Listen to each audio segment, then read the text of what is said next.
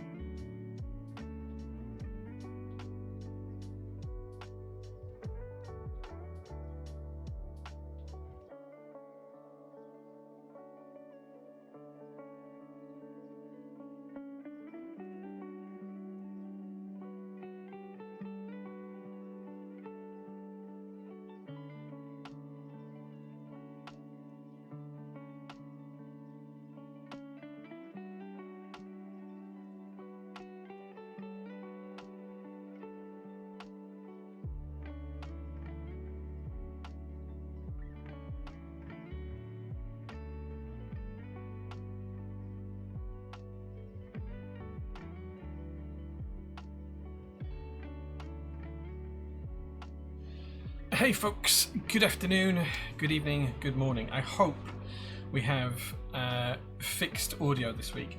And apologies, I do have the AC on, so if it's loud, please do tell me and I'll turn it off. But it's really quite warm in here today, so...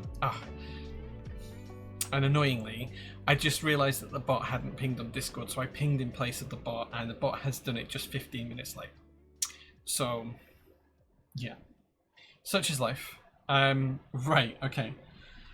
Let's catch up with chat. So, Captain Redlack, good evening, good sir. You did come first today on the PT stream. Well done, sir. You take that flag first. So congratulations. Captain Reed is here as well. Says hello, Redlack, and good evening, chat. Rue is here as well. So is Bazooka and Anarchy as well. Jehovah in bed, good evening, good sir. Thank you so much for being here. And Captain Redlack, thank you so much for an 11-month streak. One more, and it's your PT birthday. So congratulations in advance for that. And that does remind me, I do need to do Super Hands as well, because 2 hours before the stream, Super Hands did resub for 18 months in a row. Saying, I'm probably too early, but please validate my PT anniversary, Jay. So, Mr. Superhands, this is me doing it for you.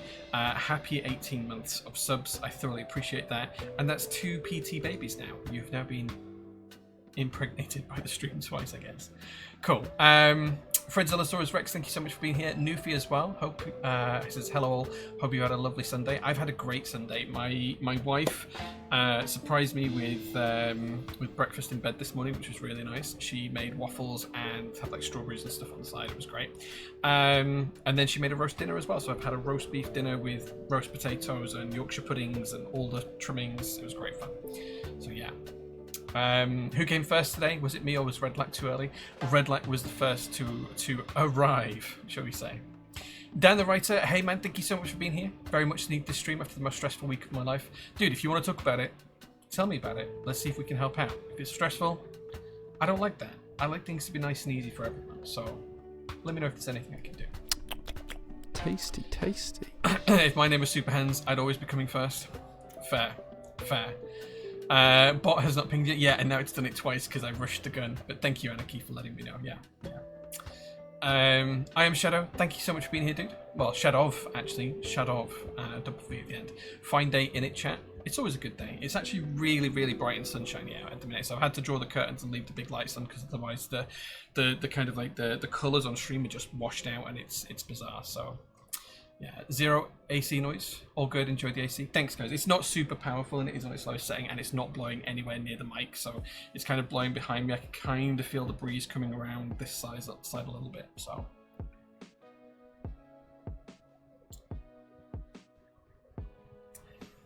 yeah, we can't hear any AC. Good. I'm glad. I hope everyone has been having a good day. Godzilla Waddle, thank you so much for that. I appreciate it. Gadgetoid's here as well. I hope everything went well today, Gadgetoid. I know you were doing a lot of stuff today, so I hope it went well. V-Rugdush as well says, good evening, Jay and all. Thank you so much for being here. I need to do Superbands also. Is that what I said? Is that how I phrased it? That's fine. I'm cool with it. I'm cool with it. I'm Quanta. Good evening, good sir. Zakirizak, tap Sunday, Jay. Yeah, thank you very much for being here as well. Add do Superhands to the list. Alexa.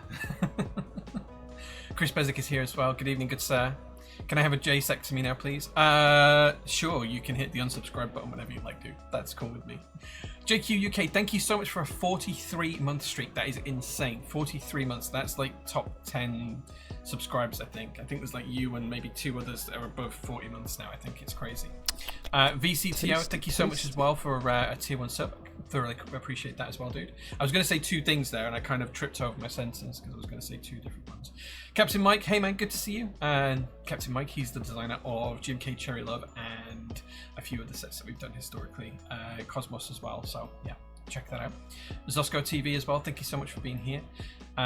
Just BMT subscribed for 12 months. Congratulations, BMT, and happy Prototypist birthday. There is no cake, sadly, but I will drink my coffee in your honor. It's about the best I can do right now. Bazooka, thank you so much for 9 months of subs as well. That is a PT baby. Congratulations, good sir.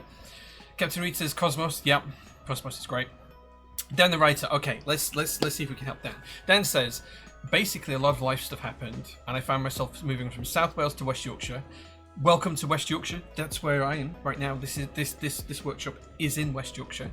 It's the best part of the country to be in because you're near me. Within a week, gone from living independently to living with family again. But hey ho, hopefully that means more money for Keebs when life settles down. Dude, if you are genuinely in West Yorkshire and you want to come and have a coffee and a chat, feel free to just pop on down to the PT workshop. You can find us on Google Maps. Look, let's do it now. Let's do it together. If we go to the build stream and then I turn on browser sharing, you should be able to see my browser now. Okay. So, where is that browser? That's it. So, let's go to maps. If I spelled maps right. And if we search on here for prototypist keyboards, you will see we are here, right here. So, we are there. That's us. And in West Yorkshire, that's where we are. So, this is Leeds here. This is Bradford, and we are right on the ring road around Bradford. So just to put that into context, that's where the ring road in Bradford is. We are pretty much 45 minutes away from almost everywhere in West Yorkshire. I can't think of many places outside of or inside West Yorkshire that would be more than 45 minutes away, because we're literally just off the M62. You come anywhere onto the M62 and we're just at the top of the M606. This is the M606 motorway just here, and then we're right at the top of there, like literally 2 minutes away. So yeah, dead easy to get to. If you like a coffee and a chat, feel free to pop by and we can do that. Okay. Right. I'll join you in drinking coffee. Thank you, good sir. Yeah. Shaky wakey. Right, dude, you're literally around the corner. You're literally around the corner.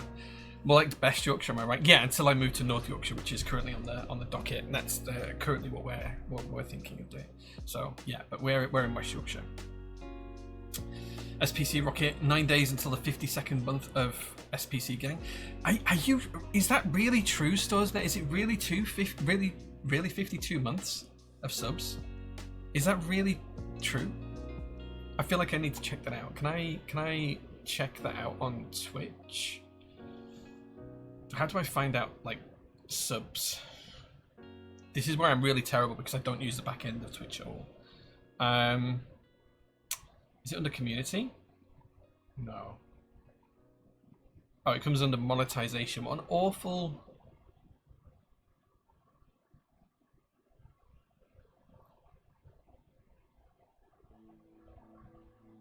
Wow, it really is 52 months. Dude, you are not wrong.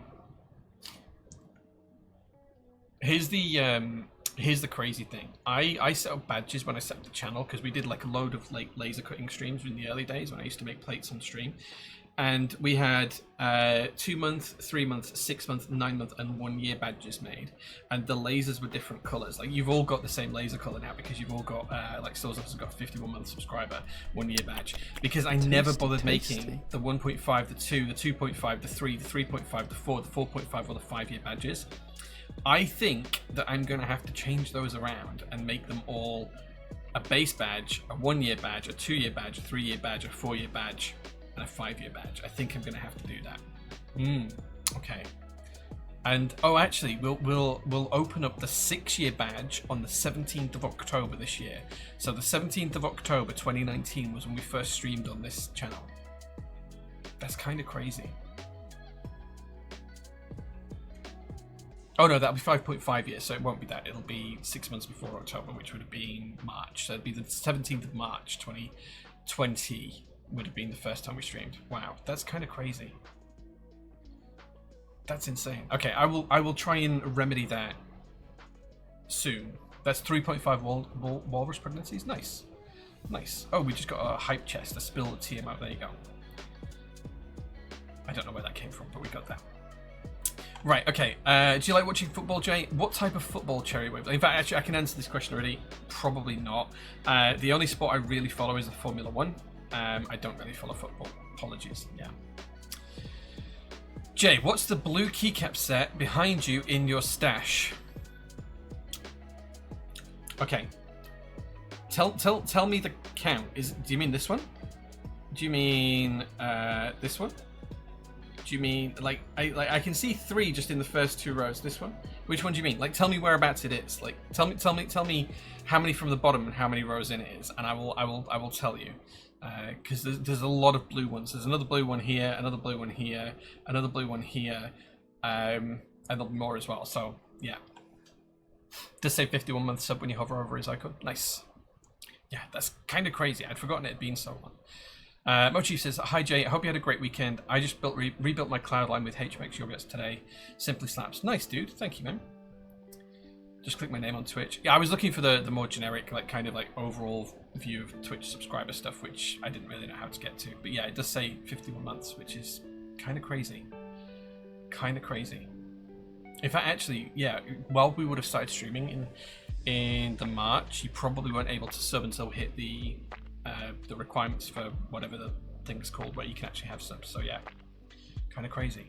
Demotex, thank you so much for 44 months of subs as well. Yes, you are the Aldrey. I know. Just realised you have the type of wood I want to get in my office on your walls. That's been up for a couple of years, actually. So Leo helped me put that when he was working with us, and he left 2 years ago now, so it's been up a couple of years now. How easy was it to fit? The whole wall from here, which you've probably seen, all the way into the far corner, took about 45 minutes. It's the simplest stuff in the world. You measure your floor to ceiling, or from here it's for the top of the skirting board to the ceiling.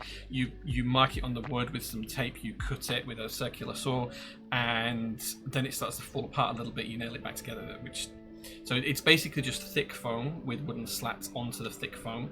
So when you cut the bottom off, sometimes the wooden slats are a little bit loose and you just have to put a staple in the back to hold it back on, depending on how far between staples you've cut it.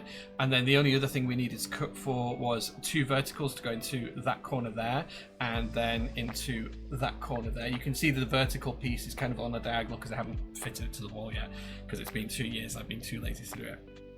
But the vertical ones are dead easy because you just cut it into the foam. So you can cut that with a blade, with a knife, you just slice it and it cuts dead easily. And then to hold it onto the wall, you can either glue it or you can screw it. I chose to screw it because it's easier to fix the wall afterwards. I put 9 screws in, so 3 across the top, 3 across the middle, 3 across the bottom, into the foam. They're black screws, you can't see them. I just used screws that were designed for holding plasterboard onto the wall. And the only other thing we had to cut out was around the plug socket. So behind this cabinet here, there are a couple of plug sockets on the wall behind, so I just literally had to work out where they would show on the actual wooden slats, and then just cut that out. And I did that with a multi-tool. It took maybe 5 minutes to cut that out, and then tidied it up and sanded it flat and put it on the wall. Dead simple. Yeah, really easy. If you're even like remotely handy, it's the easiest stuff in the world to do. I've been subbed the whole time you've been streaming on this channel. Yes, I think you must have been, because it sounds about right. As I said, there'll be about 4 weeks before we hit whatever tier it is that you have to hit before you can have subscribers. Yeah. You're an hour away by public transport, so I will absolutely come down. Well, up and to the left. Yeah, Wakefield is about 20-minute drive from here, because I make it quite often. Maybe half an hour at a push, because I go to Wakefield Westgate a lot. But yeah, you're more than welcome, especially on Thursdays, because we do keyboards and coffee. But if you are swinging by then, just drop me a message beforehand, drop me an email to let me know, and you can come and have a free coffee, try some stuff out, hang out for a couple of hours. Cool. The falling apart bit is what I'm worried about. It's really simple. So whilst they might be 6 foot long or 8 foot long, I think the panels come in. There's a staple or 2 that holds the wood onto the foam every 12 inches or 30 centimeters. So when depending on where you cut, you might cut just above or just below, depending on which side you're cutting, one of the staples, and it might just have like 29 to centimeters or whatever till the next staple, but it's really easy to just put another staple, just get a staple gun and put the staple in. And I tend to put 2. There's usually 2, so for each slat that comes down, at each point there's like 2 on an angle, and they're kind of like slightly diagonal and they go next to each other. So I just copied the same pattern and put them all across. Dead quick. David Coolkeys, hey man, good to see you. Thank you so much for being here. Looks like middle layer, 4th row down, 2nd box to the left, counting from the right. Middle layer. Okay, 4th row down. So starting here, 1, 2, 3, 4. That would be Serica, unless you mean this one here. If it means that one there,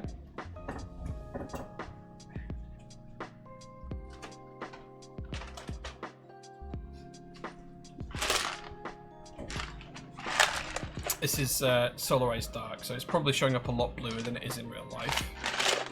That's probably a more accurate version of the colour.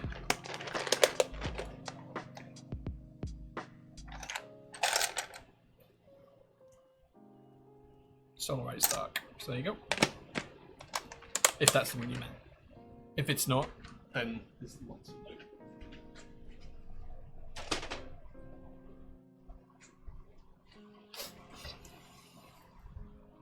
Nice set that it is. Yeah, the face cam just throws off colours, especially when it's such a distance. Like the yellow one up here is actually high vis, and it doesn't look like yellow like that. It's actually fluorescent yellow, just to show you.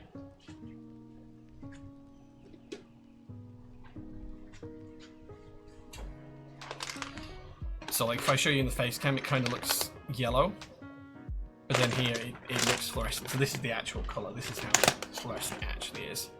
So yeah, just to show you kind of how it's off a lot. Yeah, Chris, do we need a chat about Hector's stuff tomorrow? Is that something we need to do? I think we still need to fix that, right? High vis is a nightmare to shoot. Ask me how I know. It's out of gun mode on every camera I know. Yeah, like the issue I have here with the streaming setup is there's glass windows all around me. Like if I show you this, so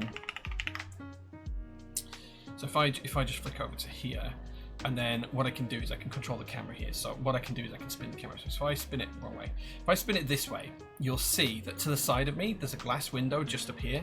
That looks into the workshop, which is naturally lit from the roof. There's like big roof tiles in the workshop there. So there's natural light coming in from there. Plus it's also lit as well in the workshop with LED lighting. So like that changes what the lighting is in here. Plus I've got the main lights on in here, so the whole room's lit up. And then plus on the other side we've got like a window where the which leads to the outside of the building, which you might be able to see behind 3D printers and a monitor. Maybe not actually. It's behind that monitor that's facing here. Hold on. If I do hold on. If I do that and push that way, you can see the window there where the blind is. So that I've drawn the blind today, but it's still letting a ton of light through. You can see the rest of my office here. Okay, let's get the camera back. There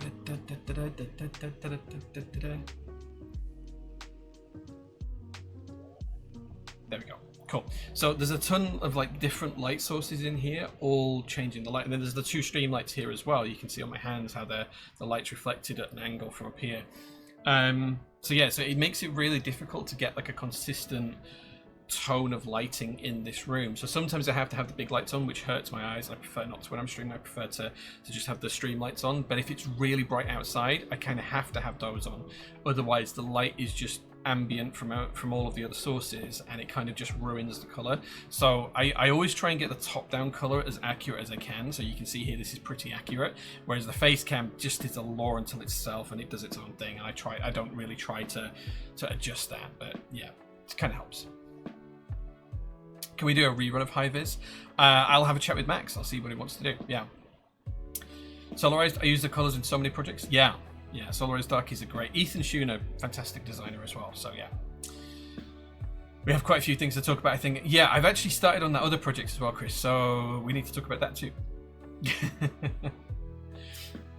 Mixed lighting is a pig as well. It's changeable because it depends on whether it's light outside or not.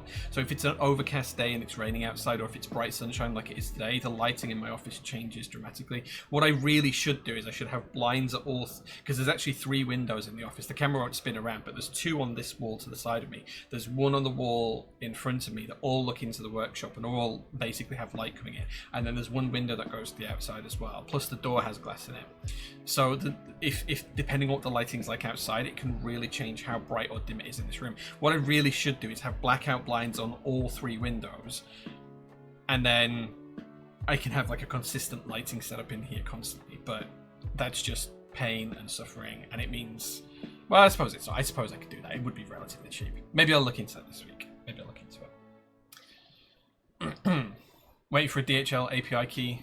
That, or I calculate everyone's shipping manually before I bill. They haven't issued the API key for that yet. I was checking on it yesterday, and so yes, as of yesterday, it wasn't there, Chris. So we may have to just do everything manually. So yeah.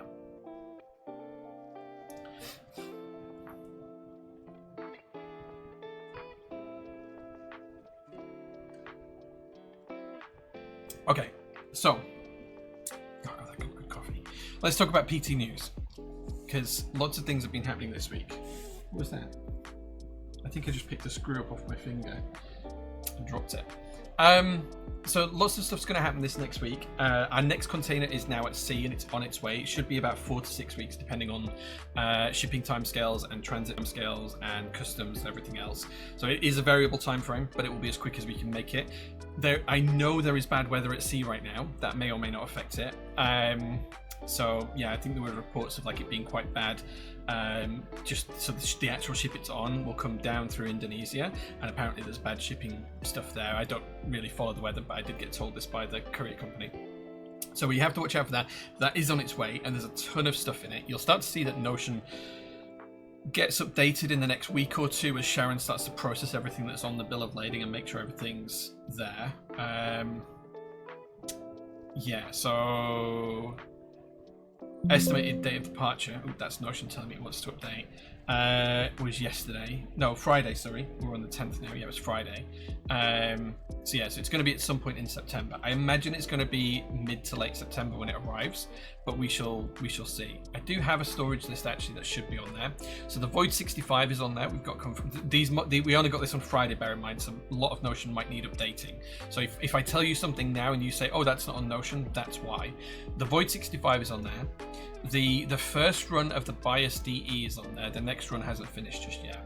There's a lot of Neo 65, Neo 60, Neo 80, Neo Ergo, Neo 70, Neo 75 CU, QK80, QK101, QK75, QK Alice Duo. There's also the Vaney Alice as well. There's the Intro S100 keyboard kits. There's the Rubber Haku. Yeah, there's the Rubber Haku keyboards on there. There's the Blue Ridge keyboards, the Snake Round 2 keyboards, Cam Soda Squid desk mats, PBS Goblin Mode desk mats, the Overlap desk mats that are coming for in stock, the Jim K Led Zepp desk mats, the Vaney Alice wrist dresser in a different package, Key Creative White on Black, which we've got in pre-order right now. Swag Keys Wild is also included in this, so we should be getting that pretty soon. I think there's something else from Swag Keys as well, but I can't remember the name of the set just off the top of my head. But there's another Swag Key set in that as well, I think. And then we've got Cap White on... Oh, maybe it's Swag Keys White on Black, actually. Because then we've got Cap White on Black. We've got Cap... Cap White on Black, PBS Goblin Mode, and some other stuff as well. So there's and that's just what we've managed to process so far that's going to be in it. So there's a lot of stuff on there. There's a lot of big stuff on there, like the Rubber Haku. Like there are a lot of keyboard kits included in that. Although the number looks wrong on this sheet. Why does that number look so low? Okay, I'm having a panic. I might have a panic attack now because the number for something just looks really low. Let me just check something.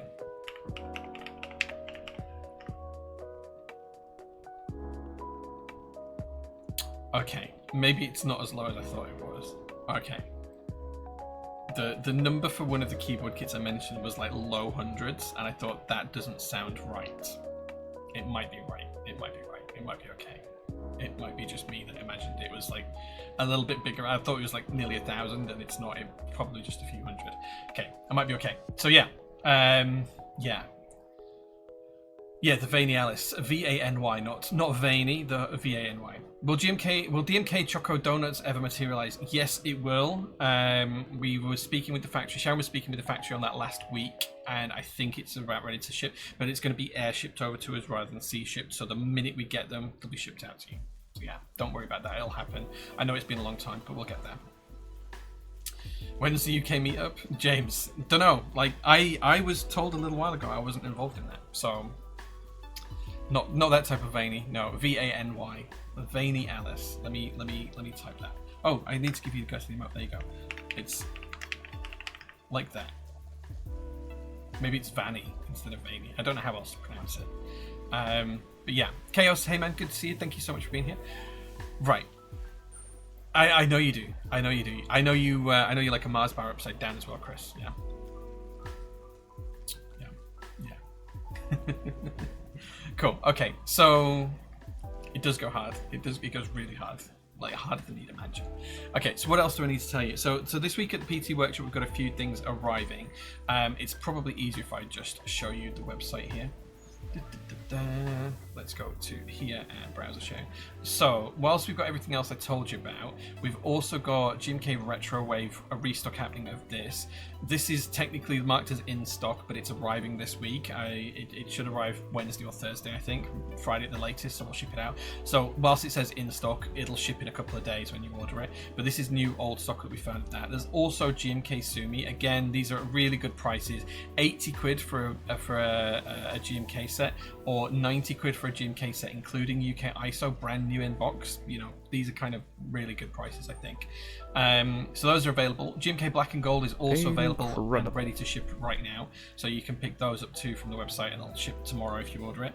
As I say, Retro Wave and Sumi will be the back end of the week, but not too far away at all. In terms of pre-orders, just want to call out as well that Sloth will be on the way soon, so will Hyperbeige. I think they're going to ship from GMK later on in August, so they're not too far away. Motif is almost ready as well, so if you want to pick any of those up, now's the time. And then in terms of live group buys, a couple of things I wanted to call out is the Manta keyboard kit. If you guys haven't seen this, I got confirmation the other day that we're going to get one through for a build stream. This is one of the most beautiful looking 65s I've seen in a long time. Bowl and Alex Sotos have knocked this one out of the park. It just looks phenomenal in every picture. And the other thing as well, which I think might be the best GMK set of 2025, GMK Gurakawa, and I've probably butchered that pronunciation, but if you like the whole creepy cute aesthetic, this might be for you. I was trying to decide what kits I wanted earlier on. I'm definitely getting the Latin base kit, because I'm not a big fan of the Hiragana sub-legends, but definitely getting that. And I'm also going to pick up the novelties, because look at these creepy cute things. The creepy cuteness, like the little head being ripped in two, you know, the cat dog going through the portal and being split apart, the creepy raccoon on the ISO enter, plus some of the cutest colors you've ever seen. And it also has the alt GRs. I know it has the uwu alt GR keys as well, but I prefer the alt GR keys. I think they're just really cool. It might be the best GMK set of this year, and I don't think that's hyperbole. I think that's actually pretty true. It just looks so good. Look at that. Look how beautiful it is. Look how cute it is. The bright red on those legends. Yeah, I think this has my vote so far for being the best set. Look how good it looks on pink. If it looks that good on pink, how can it be a bad key set? So yeah, definitely check that out. Okay, I don't like doing this whole shilling part of the stream. I know I really should, but yeah, go check it out because I think it's really cool. Let's catch up with chat. Hi Jay, hey Chaos, thanks for being here, dude. Hey Denabix, thank you so much for being here. Retro Wave is a bloody fun as set, get amongst it. Yeah, UKSM base, designed by an Australian. What more could you want in life? You know, it makes sense. Some like the feel of the Gentle Arch. Guess it being veiny pushes the right spots. Hey, whatever floats your boat, man. I am not gonna yuck someone else's yum. The back of the Manta makes me feral. I agree. The Manta is fantastic, dude. It's so good. Like, people are sleeping on it more than I expected them to, and I think that people really, when the keyboard comes out, everyone's gonna get FOMO, and there's gonna be no extras. Incredible. You know, or not enough extras. So, yeah. And it has pink. It does. It has pink. Pink is good, and a good pastel set with pink in doesn't come around very often. Analog Dreams, Gurukawa. I'm not sure there's much else out there. Looks fire, but ISO International would make it perfect. Seems a lot of interest in this set. Will GMK run an international kit after group buy? Bazooka, what I will say is if we get enough sales for me to make it, if like PT sells triple digits of the base kit, which is looking unlikely right now, but I think we should, because everyone should buy this set, I will personally go and buy as whatever the least amount of UK ISO kits I can from GMK, because I want it for the set as well. So yeah, I don't want the uwu keys, but I want everything else about it. Yeah, reminds me of Parma Violets. Yeah, I get that. What's the latest with the Angle 65 Group B? I think it's going to get cancelled. This isn't confirmed as far as I know, but I know it's not being selling particularly well. It's been the weekend for the past couple of days, so I haven't had a specific update, but I think we're going to get told to cancel it. But I don't know. I don't know for certain yet. We'll see how that goes on Monday. I'll check into that on Monday. But if we do need to cancel it, we'll obviously do refunds and everything else. More shilling, please. What would you like me to shill? I'm terrible at the shilling stuff. Like, I'm really, really bad at it because I feel really self-conscious about doing it. What else? What else can I shill? Oh, if you want to see something really cool that I built, this is what's called Jay's Favorites. You can view all of my carefully curated picks. This is basically what I buy from my own site. Like, if I buy something off the website, it goes on this list. So this is the best place to look for whatever I own or have owned. Because that you can see some of the really cool stuff. Like how cool is the dollar desk mat? Like, this is really cool. This is super cool. This is a desk mat that looks like a dollar bill with a ton of cool stuff drawn on it. It's fun as hell. It's fun as heck. You know? And of course you can filter down with the filters on the side as well to figure out what you want.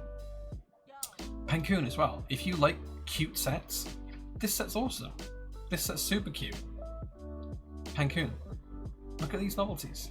Little cats doing stuff. It's great. Well, raccoons, I guess, or whatever pancoons are. I don't actually know what a pancoon is, but red pandas. There you go. Red pandas. It's cute as hell. Cute as hell. So yeah, definitely check that out if that interests you. You can see what I own. Like, you can see Mel showing off the PT hoodie here. This is in the workshop.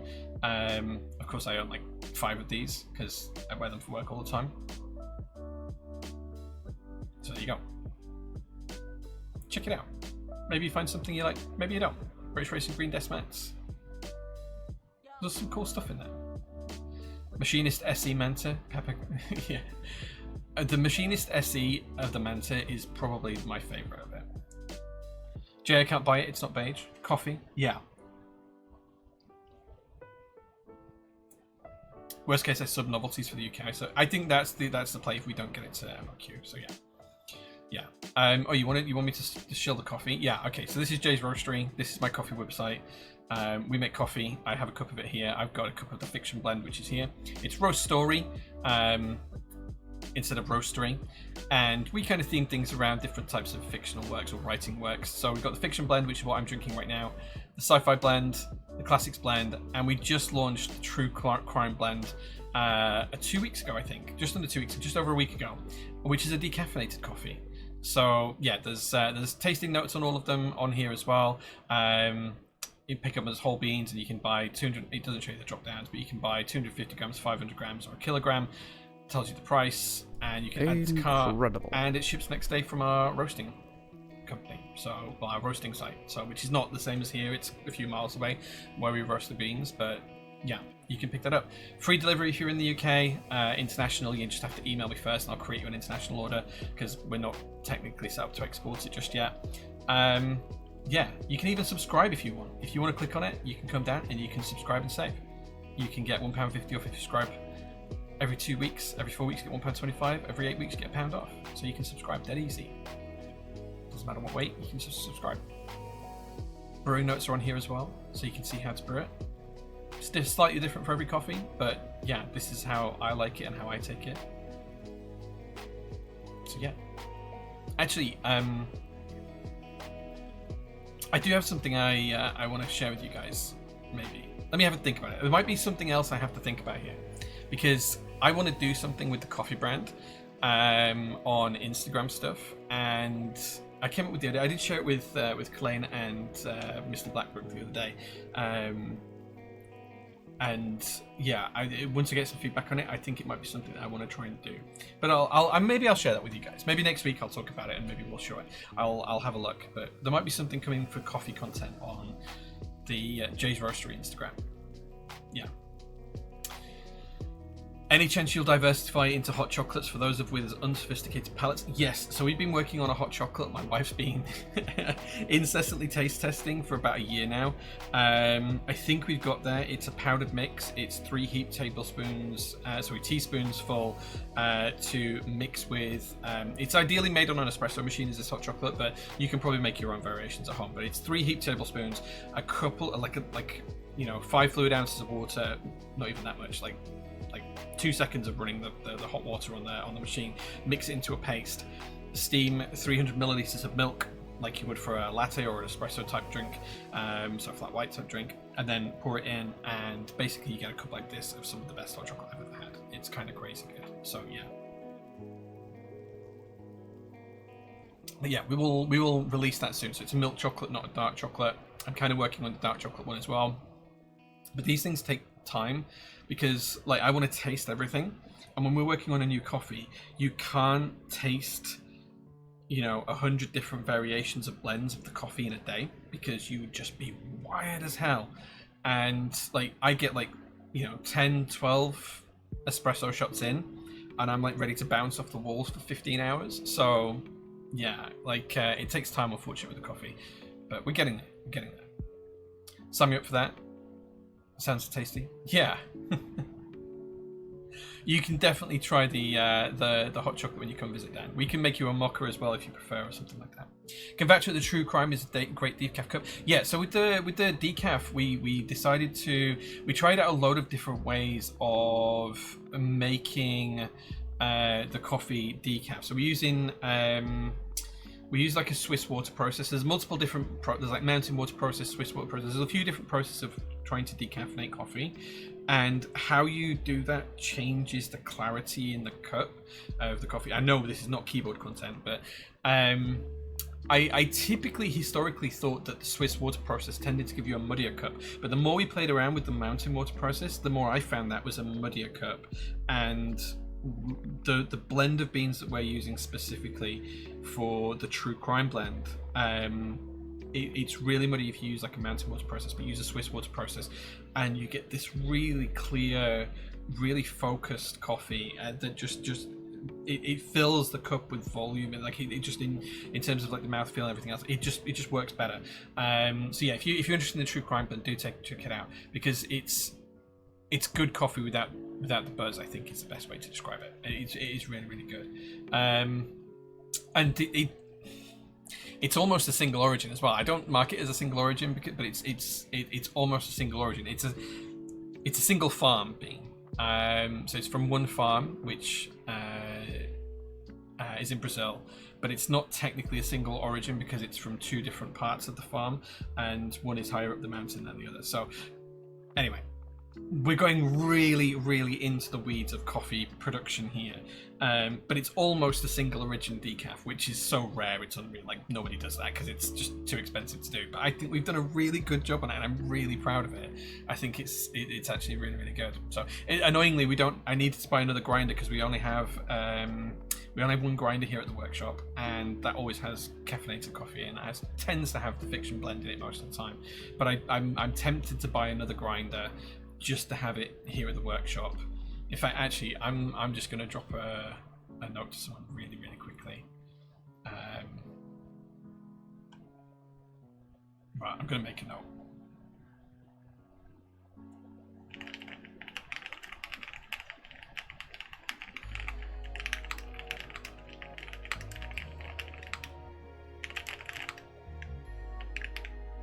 Cool.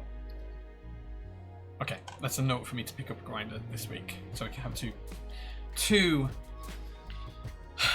coffee grinders here at the workshop. For those that don't know, we have a really cool setup here at the workshop. So if you go onto Jay's Roastery, you can actually see the picture of it. So this is the actual machine that roasts the coffee down at the roasting company that we use. I can't afford lowering machines because they're like £1 million plus, but we use them, and that is actually some of the classic blend roasting there in literally in this picture. But this is our coffee setup at the workshop. So you can see we have a grind by weight grinder. It's basically the F65, but it's the ZW, so it does grind by weight, but it's in a different housing. And this is our ACS Vostok lever pull espresso machine, as you can see on the sign up here. And this is literally just down outside that window I showed you earlier on. It's literally just down there. Although I have put new side panels on and taken the wooden off and made prototype as branded ones. But it's a twin lever espresso machine. Everything is configurable. You can change the temperature of the water in each group head independently, change the temperature of the steam independently because there's two steam ones. So we tend to have it set up so we can steam dairy and oat milk you know, at slightly different temperatures, and we also have it like if we get the decaf in, we'll have one lever set up primarily for fiction blend and one set up for true crime blend, so that we have, you know, a true separation process, and we can actually configure the length of pre-infusion time, the pre-infusion pressure, and everything else independently per lever, which is really cool. So yeah, I love the machine. It's fantastic. It's really fantastic. So yeah, so if you guys get to come over, please do come and check out the coffee, because it's probably my biggest hobby right now. So yeah, definitely come and check that out. Right, join for keyboard content, staying for coffee talk. Dude, like I could talk about coffee all day long. Would that Twemco clock be loud for a quiet environment? Wait, what? What Twemco clock? Which Twemco clock? What's a Twemco clock? Do I need to Google what a Twemco clock is? Oh, the flip clock? You mean the one behind me? It's just a flip clock. It's not a Twemco, but it's just a flip clock. Like in the picture I showed you a second ago on the build stream, this is a big flip board here. It's called a Vesta board. I really love old stuff like that. It's not a Twemco though. I don't know what brand this is. Let me get it.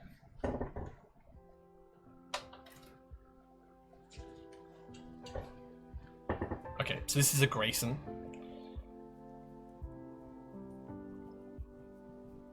There you go. But it's not particularly loud. No, it's not particularly loud at all. Like, I don't really hear it. Like, you get used to it really quickly.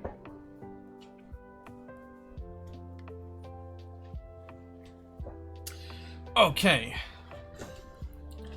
Premium instant when? JQ, I will send you some premium instant if you want. But instant coffee is just, it's never very good. Gemma, good evening, my dear. I hope you're doing well. I thought exactly the same with Swiss water, but whatever you've done is very good. Dude, like, I genuinely feel like we've nailed it. Like with that coffee, I feel like we've thrown the ball up in the air, we've swung, and it's sailing out of the park. Like I genuinely feel it's one of the best decaffeinated coffees in the country right now. Like I like all of the coffees that we sell. I think they're all top tier. Others will agree or disagree, but I think True Crime, I think we genuinely knocked it out of the park. Genuinely. 1.5 origins. Yeah, so it's a single farmer. But it's like there's like I think it's something like 350 feet of elevation difference between a couple of beans, so it's technically not a single blend, but it's close. Can confirm True Crime is a hit. I'm a decaf hater, and I was truly surprised. Yeah, like I think if you put it next to a caffeine coffee, or coffee with caffeine still in it, you would struggle to tell the difference, really. When Jay says he's buying a grinder, you know it's going to be top end stuff and money. So the ZF64 isn't actually that expensive. Let me see if I can find it on Google.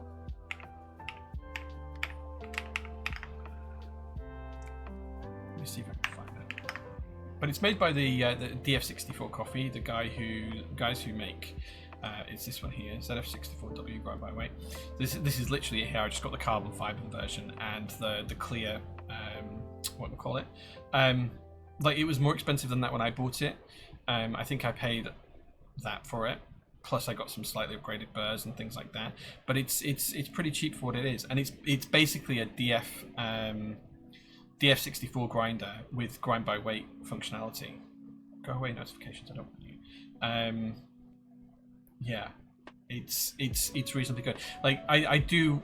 Like I think this might become the decaf grinder, and I will probably go to an E65 W grind by weight machine. But we'll see. We'll see. Like there's a lot to talk about there and a lot of things to consider. So we'll see. We will absolutely see. Loving those wood accents. Thanks, dude. Yeah, I've actually replaced the wood accents on the side of the machine with laser cut ones that have the Prototypist logo on that I made here at the workshop. So yeah. Jehovah in Bed says, hi Jay, sorry, probably a silly question. I was contemplating buying 2 Mantas or a Manta and extra plate PCB. Is it okay to do in one order? Is it items for the same group buy, or is it better to do an order for each? Always done an order for each in the past, but just wondering. So Jehovah, so if you buy the board and a plate, you can put that together. If you buy a board and an extra PCB and an extra plate, you can put that all together. If you buy 2 boards, what will end up happening is because we'll have to ship them independently, we'll just say, oh, you've only paid one amount of shipping, you owe us a second amount of shipping before your order dispatches. So yeah, so that's how we will typically do it. we've had customers in the past where they've ordered like a key set and they'll do like the base kit and then they'll do a child kit like a numpad or something, and then when we've ended up merging it together, because the package is then more heavy, there's like different pricing and things. But yeah, if it's the same product, order it together, but if it's like a second board, order it separately. With key sets, if you buy more than 2 bases, I would order them separately, or drop us an email first, like to check, because depending on the size, we might have to put it over 2 packages. So yeah, but if you're ordering the same keyboard and then like an extra plate and an extra PCB, that's absolutely fine to order together. It's only if it's going to be like 2 full keyboards that you need to order separately. I hope that helps, dude. I hope that helps. Is that a 1965? I see. The addiction is real. It is a 1965. Yes, it is. Yeah. Watches the other hobby. I wanted the new one that went live on Saturday, and I was looking on eBay at the prices, like the aftermarket prices already, because the watch was in-person sale only at the Swatch shop in London for the UK. And obviously I wasn't going to go down to London just for the watch and then come back up. Like, that's just silly. And the prices are now like £1,600 on eBay for a watch that costs £300 in the shop, or 335, and it's just frustrating. If coffee did something for me, then I probably would be more into it, but it's generally just flavoured muddy water for me. You are drinking the wrong coffees, JQ. You are definitely drinking the wrong coffees. Would it be a bad thing if he was a married farmer? I didn't mean single in that way. I mean like he's the only person working the farm. So we actually get to know who runs like the farmers that we get the beans from, and whilst we might not communicate directly with them, we know more about their teams and stuff like that. So I have no idea if he's married or not, or whether he's got children. I have no idea on that front, but I know he is the only farmer on that farm. Like there's not like 2 farmers sharing land and doing things their own separate ways. It's just him, and whatever his team looks like is what I meant. Because you find that when you delve into the details with a lot of coffee farms, you tend to find that there are the land is co-owned by a few people because they bought the land together to try and grow coffee beans. So whilst it's the same farm, you will have people selling beans to different sources, and it will kind of flow up the market from there. Whereas this is just one person that owns the farm. So yeah, that's more what I want. I think you should get a hand grinder so Blackbrook hates you if anyone asks for a decaf coffee when he's being barista. No, I think we'll get another grinder. I can probably get one from a local coffee shop that's been worn in and is probably ready for replacement in a coffee shop environment. It will be perfectly fine for the workshop because we do 20 coffees a week rather than 200 a day. So yeah, the resellers are horrible. Absolutely.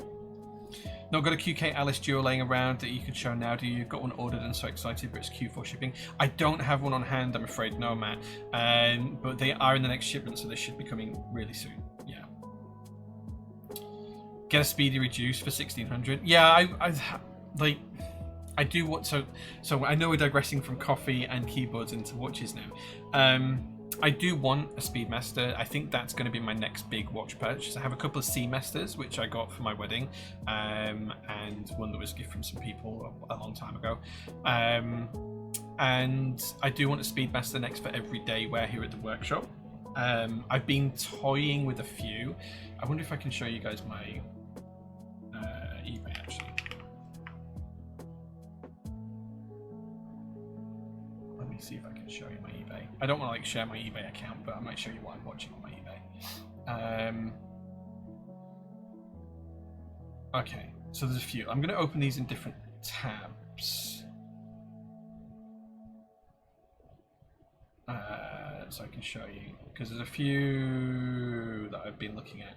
So there is a few. So these are like reduced that I would want to wear for as like an everyday watch, but I'd want to tasty put them on like a brown leather strap, and I haven't decided which to go for yet. So there is a few. These are all technically reduced ones, but I think I would prefer a full size one. So I will show you some of these so you can kind of get an idea of what I'm looking at, and then I will show you the one that I would actually want. Which, well, everyone knows what a first movement space looks like, but I'll show you that as well. Right. Okay. So if I do that, does it show my eBay stuff? No. Okay. Cool. I think we're good. Okay, let's flick over.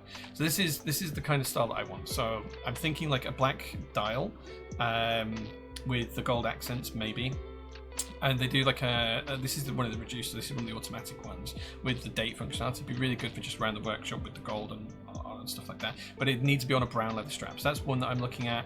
Then there's another one you can see here, very similar, but again it needs to be on a brown leather strap rather than a metal bracelet. Again, this is probably more what I'm leaning to, something that's already worn, you know, something that's got a bit of history to tell. I tend to prefer this layout, but I don't know, we'll see. There's also like an all gold version. I'm not particularly fond of this. I think it doesn't look as nice, but you know, it is what it is. Maybe something like this instead of clear face, who knows, I don't know. Again, probably something like this is where I'm going to end up, just on a brown strap just for now. They do the reduced, and I have looked at a few of these, so this could be also a good option for an everyday watch as well. Again, it's already on a brown leather strap, but I would want it on a brown leather strap either way. Again, a gold face one. I'm not particularly fond of that, but we'll see. They do one with a blue face, which is kind of interesting, but this is a day date dial. It's got a day date at the top, which, I don't know, it's a little bit too busy for me.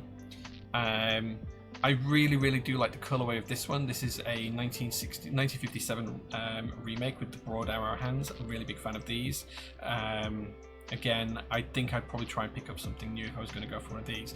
What I truly want is one of these, a first Amiga in Space edition. These are absolutely beautiful, absolutely stunning, but they do come with a little bit of a high price tag. So we'll see, maybe one day, maybe one day. I can't afford any of these right now, unfortunately. I just do not have the capital available to buy one of these personally. But those are the kind of ideas I've been thinking about. I would absolutely love one of the blue and white Snoopies as well, but they're like 12 grand, 15 grand, just way out of my price limit. So yeah, been considering those. We shall see. No guarantees either way, but maybe at some point in the next 18 months after we've moved house, I'll consider it. We'll see. We'll see.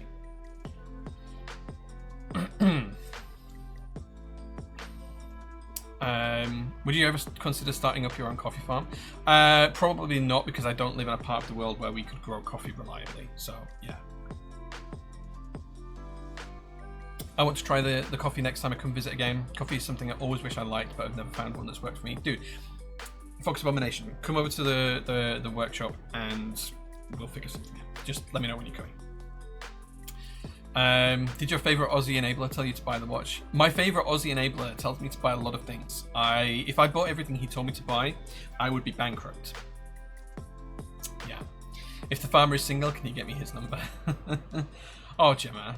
Oh, Gemma. When are you coming next to work? Next, Gemma. Like, when are you next coming around? When are you next coming around? A bit of a commute for a date.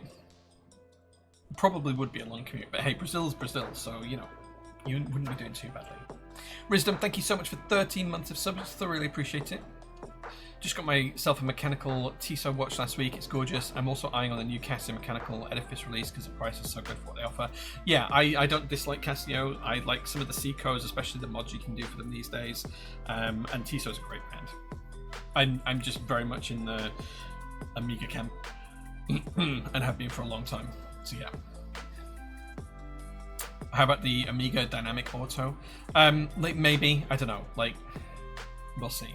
I was considering getting into the Seiko modding. Yeah, I briefly toyed with the idea. I was talking to Pokemon Kid on MK UK about it maybe 6-8 weeks ago. I was briefly toying with the idea. I feel like it's just one of those things where if I get too far into the weeds, I'll end up building a watch of my own or something like that. Or I'll end up having something CNC'd specifically for me or whatever. And we'll end up having a proto watch type brand. Like, I feel myself falling over that edifice sometimes and I have to reel myself in. That's watches is one of those things because I don't think I'm ready to play with the boys in the watch game. But I feel like I could do something cool if I did. Expensive but worth it. I have an SKX style case with helium valve. Okay, I'm not even going to get into it. First Amiga in Space is stunning. Yeah, it is. It is. Is it really expensive? Figured it'd be cheaper than buying all these really nice watches. Probably. Like, if you're doing the modding, it's relatively cheap, I think. Tasty, tasty. When you're coming up my end, next, and by that I mean east mids. Oh, okay. I don't know. Like, we need to sort something out, Gemma. Set up a group, so we'll sort something out. Because Chris is down your way. We can make a couple of days of it. Yeah. Maybe we should do. I want to do So I know we've talked about this on stream before, and I've talked about it to our Twitch subs before. I kind of want to do like the great PT sleepover type thing. I don't actually expect anyone to sleep here at the workshop, but like we do like a sleepover, so we all stay here really late. There's a hotel literally a 10-minute walk away. For people who wanted a hotel, or if people did want to camp here at the workshop, we could put sleeping bags and blow up things down on the floor. And we do like something like a one-shot D&D night with like 50 people or something like that, or maybe not 50, maybe like 20 people. We have some good coffee, we have breakfast buddies from the pub next door the morning after, we have plenty to drink, we have lots of soft drinks, we have whatever you want. I just feel like that could be a really good night, like a little PT sleepover. I don't know, like it could be good fun. Could be good fun. If anyone actually thinks of doing it, let me know. And thinks they would like to do it, let me know, because like I would like to throw that kind of thing. Hungry Hannah, thank you so much for 14th month of subs, my dear. Thank you so much for that. I appreciate it. I wonder why we only like expensive hobbies instead of something like collecting shells from the beach.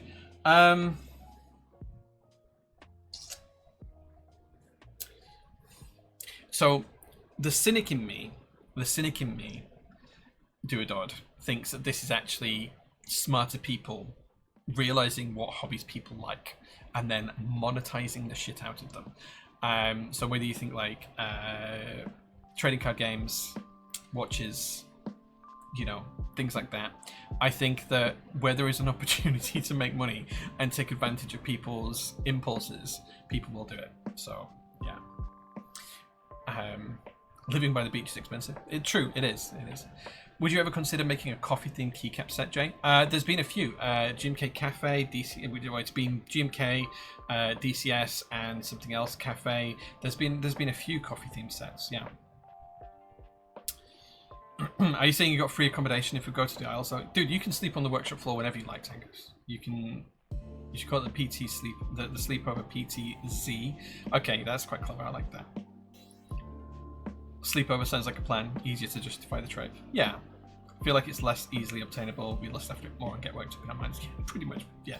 And someone will take financial advantage of that, whether it's cars, which is like the big thing for me, whether it's keyboards, which I try not to do the FOMO thing, and I try not to price gouge. I feel like we succeed on those, luckily. But then whether it's watches or trading cards, or I'm looking at the things I collect, playing cards, like packs of playing cards. I like nice packs of playing cards, even though I never open them. And there are like I just mean like normal 4 suits, 52 card kind of like things, like actual playing cards with cool designs on.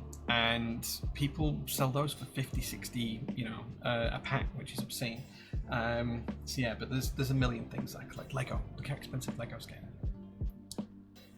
I prefer waiting over a year for my custom-made shells to come from China. I just feel called out as I'm putting tiny water decals on small space soldiers. Dude, if you enjoy it, man, don't worry. Do you think we'll ever see an R2 keyboard waffle maker? No, because the company that made it went out of business, right? I think. Gifting all my Lego away. That's fair. Sleepover, Mario Kart in one corner and D&D in the other. That sounds good. Might be able to squeeze in a coffee morning before my next holiday. Yeah, last time you came up, Gemini, the day just disappeared. Like, it went so fast. The coolest hobby got to be the people collecting Lego bricks on the Irish beaches. That's true, yeah. So for those of you who don't know, a few years ago, I can't remember the exact date, but there was a cargo ship that that sank that had a load of Lego in it, and it had some really rare pieces. I've got a feeling that they were Lego sharks from memory. And they were a really rare piece, and there was a load of them on this ship for whatever reason. And over time, there's been a few beaches around kind of like Wales and Cornwall and the southeast where these Lego pieces of whatever the currents have done have washed up on the beach, washed up on the shore. And people have found some really rare Lego pieces. You find them on eBay sometimes, like beach found Lego pieces or whatever. Sharks and boat bits and stuff 27 years ago, yeah, but it was even the aquatic sets, yeah. It's just a really cool thing. Oh, let's have a look at the link. Ocean gives up hundreds of rare Lego treasures. It was the sharks, yeah, hundreds of pieces of Lego lost at sea off a cargo ship 27 years ago. This was December last year, so 28 years ago, have been found this year, including the first ever shark. Freak waves swept 62 shipping containers of Lego off the Tokyo Express cargo ship 20 miles off Land's End on 13th of February 97, one of which held 4 million Lego pieces, much of it sea-themed. So yeah, there you go. and all of these pieces are now washing up. 22,000 sharks. Wow.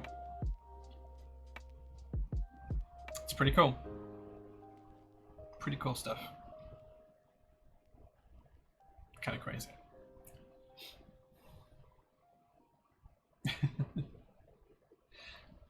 That was supposed to be a reply to Oz. Wait, what?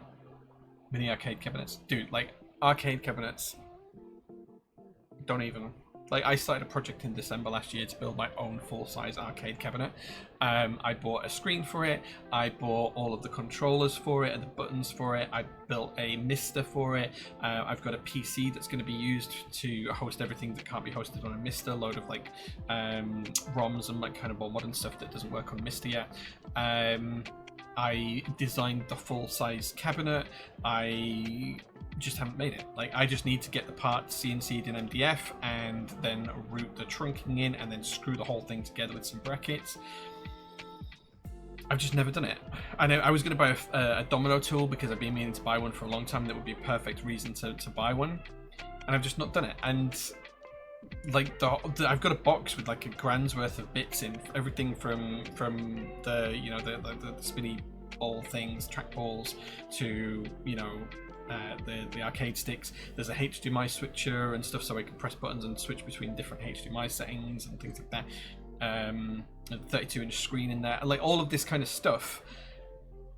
And I just need to make the wooden bit, and I just never get around to it. But I really should fix that. Really should fix it. GMK Blackout. GMK Blackout? Is there even such a thing?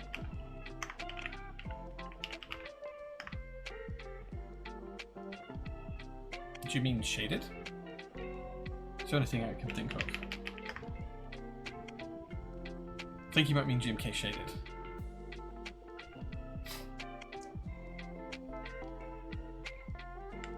Is this the one you mean?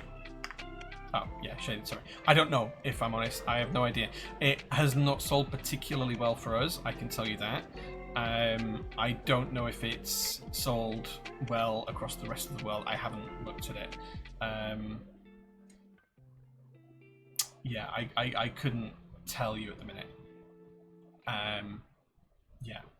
I have a missed in multi-system. I set it up, forget it, then reset up and forget about it again. Fair. I do want to play Parappa the Rapper on it. Dude, what a PS1 game that was. Moved my playing card collection last week to new shelves. My entire dining room table is fully covered in decks that are unopened. Dude, like, I have about 10,000 cards I need to sort through. Yeah, we'll see. On GMK Shaded, I'll try and get an update this week, Dynamics, but it'll be Chippy from Canon Keys that I need to speak to, so I genuinely don't know. I know it's not been particularly popular on our end, which is surprising. Let me see if I can see how well it's done.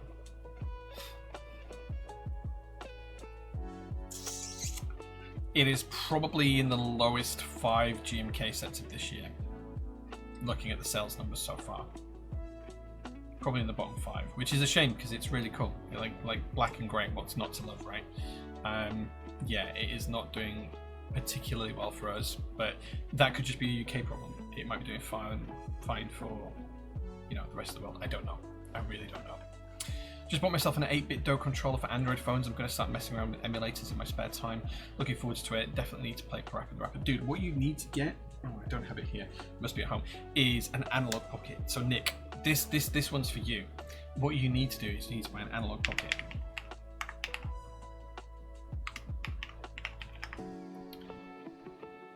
So let me show you this. Let me show you this. So this is a Game Boy remake made by the Analog Company. As it says here, it's a multi-video game system, portable handheld, digital audio workstation with built-in synthesizer and sequencer, tributes portable gaming. It is stunning. I've got an aluminium one, and it is just so cool. You can change the display mode, so it feels like all of the retro consoles, you can play, there are different cores, so you can play, so if you've got the old games, you can actually buy the adapters so you can plug it into the back and you can actually play the cartridges. If you don't want to play the cartridges, you want to play things off SD card, you can pop an SD card in it and you can actually emulate through FPGA cores, which are basically field programmable gate arrays. So it tricks the chip into thinking it's the original chip from a PS1 or whatever console it is, and you can play the cores natively as if it was on the original console. So yeah, most ROMs are downloadable these days as well, so it's a grey area, but you know, you can do it. There's a dock so you can play it on the TV. It comes in a ton of different colors. It has like carry cases and stuff. It has a Pocket OS, so you can see here that there's games on it and things. You can have massive libraries on there. It's just really cool. So this is the cool bit here, the Open FPGA. Basically, you can reprogram this chip to make it physically act like any chip that was in the historic console. So the games play like they used to play on the native console. It's really clever and really cool. It's the same process as what Mister works on, but it's really, really cool. And yeah, they're expensive, but they do a few different versions. Can we go back to the store? They also do a few other things like controllers and things like that. They have done some special limited edition colorways in the past. I guess those are sold out right now, and I think they've only got the plastic ones in stock. Oh, here we go. So I have the black aluminium edition, which is really nice, but they do them in all of the different colors. You can get the transparent edition cases. There was a glow in the dark one, which is pretty cool. Yeah, really, really cool. And they've also got consoles that they do it for as well. That is the Super Nintendo version. Really, really, really cool. Check out Analog Pocket. I think it might be right up your street, Nick, because you are like me and you like the premium product for the project. And this is it. So yeah, I don't work with Analog Pocket. I am not, you know, or I've never spoken to the guys. I've just bought from them, so no shilling involved. It's just a cool thing.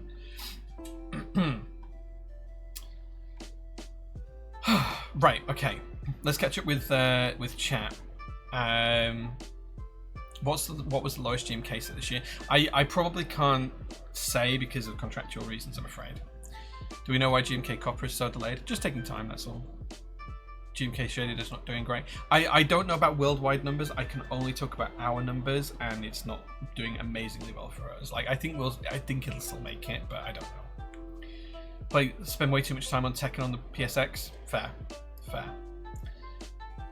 Headed shoot to color matching for the MT new version. I mean, the MT new version is PBT as well, so color matching for PBT is a little bit different. So yeah.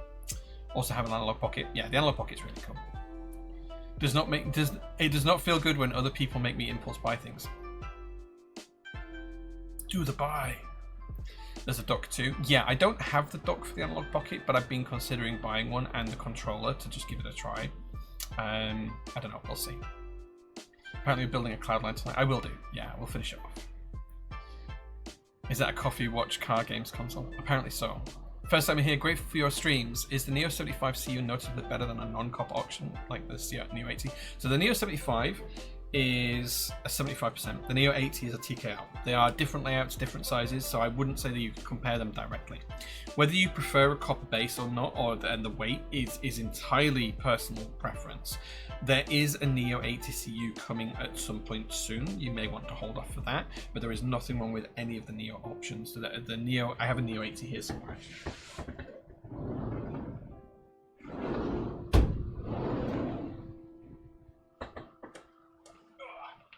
This is my Neo 80 in green with... Oh, we need to hide that. There you go. GMK zooted on it. So yeah. Super cool boards. Really, really nice.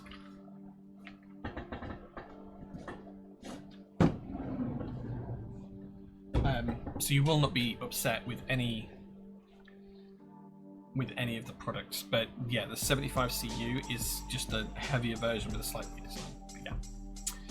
Hope that helps, Chris. Hope that helps. Need the old games, right? Yeah, so you can play either cartridge games or you can play it off an SD card if you've got the ROMs, which grey areas look into that. I still recommend modding the OG hardware to get an EverDrive. That's also true. You can do that as well. The Analog Pocket has some benefits in the fact that you can play multiple systems on there as well, including up to PlayStation, I think. Although I've never tried PlayStation, I've only played Game Boy Advance, I think is the latest I've played on it. I think. So yeah. Any chance of ever stocking MX lock switches? They are no longer made. They are not in manufacturing, and the molds to produce MX lock switches have been destroyed. So whilst I have some in my personal collection, there's one right here, there is not enough out there for me to buy stock to list them as stock on the website. The ones that some stores have around the world are basically ones that they have found in vintage keyboards and desoldered, or they've bought on the aftermarket and are charging an uplifted price for. There is no source for them. Sorry, that's a fly. There's no source for MX lock switches anymore. They are not available. I've spoken to the Cherry reps. I've been to the Cherry factory and talked about this with the Cherry reps at the Cherry factory whilst other switches were being produced, and unfortunately, it's just not something that they can do at the moment. So yeah, it's one of those things. I'm buying one now. Damn you all. Well done, sir. Well done. Dude says, I just hope the most sold GMK set this year is Hyperpage. Why'd you hope that, Dude? Why'd you hope that?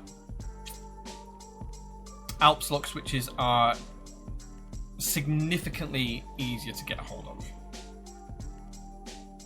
Apologies if you have already said before, did KKB Cybergirl get cancelled due to MOQ? Yes, and all customers will get an email this coming week about that. There'll be two choices for either a refund or a store credit option instead. So yeah, zooted from it. It's such a cool set. Just casually catching a fly mid-air smooth. Yeah, it's now stuck on my hand, so yeah. Third stream in a row talking about MX locks. Sorry for starting this. Dude, like, people love MX locks, but like the issue is that whilst Cherry still has the original drawings and the original plans for the MX lock switch, they don't have the machining to make it anymore. They don't have the tooling. Sorry, they have the machines, not the tooling. Sorry. To recreate the tooling is a significant expense. Whilst Cherry at the moment has just shut down all production in Germany and moved all production to China, and the machines that they have in Germany are currently being packaged up to move to China. It's just not going to happen. Like they do not have the resource or the capability or the will to do it, because realistically they're not going to sell millions of these switches. It's not going to be like the MX Black, so that even if they did make them, they're going to be really high priced. They're going to still be like £5 or £6 each, right? And the reason for that is because if we sold them in packs of 10, like we sell other switches, are people really going to buy 10 MX lock switches? The average customer is not. They just won't. So whilst there'll be some pockets of people out there like Tangus and me who would want them, the vast majority of customers want one. And if we were selling single switches individually, like, it's just not viable for us to do unless it's like £5 or £6 a switch, because it's like, to pack one switch, the time and the effort when we make a penny a switch on average is just obscene. Like, we try and price switches so we make a penny a switch, which covers, after we've packed it and paid for the box and paid for the time of someone to actually pack it and count it and everything else, it means we pretty much break even on switches, because I don't think that anyone should be ripped off for switches. It would not be possible to do that for an MX lock switch. Like, realistically, if we sold 10,000 MX Blacks, we're going to sell maybe 100 MX lock switches for the same volume, which means we're going to have to order fewer, and Cherry are going to want us to buy 1,000 at a time. It will take us years to sell 1,000 of them. You know, the price isn't. It's going to be £5 or £6 a switch. It's not going to be cheap. It's going to be expensive, and that's on a good estimate. Like, it might even be £20 a switch. I don't know. So yeah. So when I spoke to Cherry about it, they kind of thought that they might do a Kickstarter for it at the time to try and generate enough capital to make it worthwhile to put the molds back into production. That kind of has fallen by the wayside. A couple of people who were kind of championing that have now left Cherry. So one was Jim, who was our rep at the time. He's no longer there with Cherry anymore. The engineer Gunnar, who I was speaking to about it, is still interested in it, but it's just highly unlikely to happen. So yeah. Never seen so much interest in using caps lock. Yeah. I use Navy clickies for numlock and caps lock, but a lock switch would be great. MX locks have an issue that you need to compile a compatible firmware, as PCBs aren't nowadays. Yes and no. If you're only using it for caps lock, you can, as long as you only use that as your method of turning caps lock on and off, it can absolutely work as long as it's unpressed when you plug the keyboard in and it's not enabled on the PC. For things like shift lock, yeah, you would need to compile a custom QMK firmware for it. Yeah. I think the largest number of people in the world looking for MX locks are probably looking for maybe 1,000 switches total. Like, if there's probably not 1,000 people looking for MX lock switches, it's probably like 100, and each of them would buy maybe 10. So it's maybe 1,000 switches total is the market for MX lock switches worldwide. The cost to create the molds, I think Cherry said, would be somewhere in the region of 25,000 euros. Just to create the molds, that's not including production, shipping, you know, all of the other costs that come, taxes, wages, salaries, lighting, heating, all the other costs that come into producing a product. That's just for the molds. I think it was 25,000 euros. So, yeah. Type R's, any update on the tracking? Not yet, no. They should be here soon. As soon as we get them, they'll be back in stock. Yeah. What switches do you have in your JO2s? I'm after some inspiration. I have 2 with inks in. I have some with black cherry pies in. I have a project where I'm going to change one of them out for Type R's, and I have one with cheesecakes. So yeah.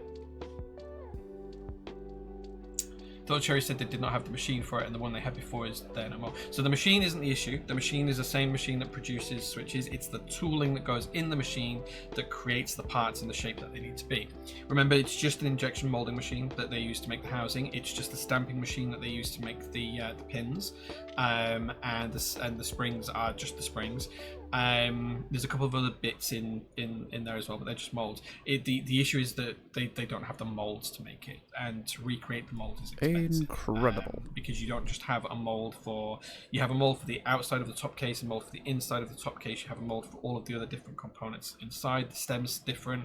You need the springs. You then have to have the stamp that makes the leaf contact, which is different in an MX lock switch to other switches, and like to recreate all the tooling from the original drawings is the issue. It's the tooling, not the machine. So yeah. What plate are the black cherry pies on? They're on a POM plate from memory. If you come to the PT, you can PT keyboards and coffee on Thursday. You can try them because they're all downstairs in the workshop, so you can try them all out. Yeah. Hey mate, do you have any experience with the Neo 65 CU and between that and the Evo 75? Yeah, the 65 CU is probably my pick of the two, but the Evo 75 is not a bad board. I have one somewhere.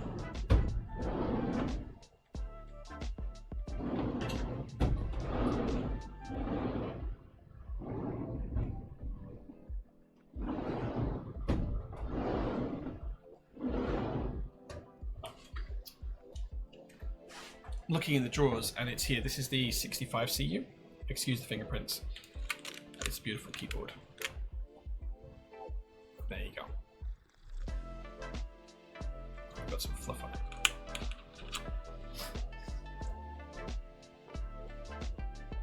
There you go. That's the 65 CU.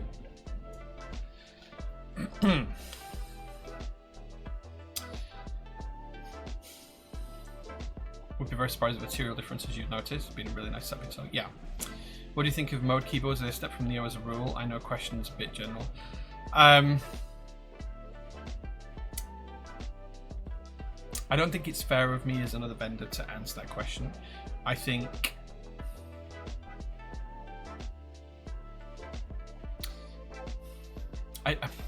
I will get myself into trouble if I like the mode guys. We get on well. We have worked together and we have sold some of the mode products in the past. I don't think they're inherently bad keyboards.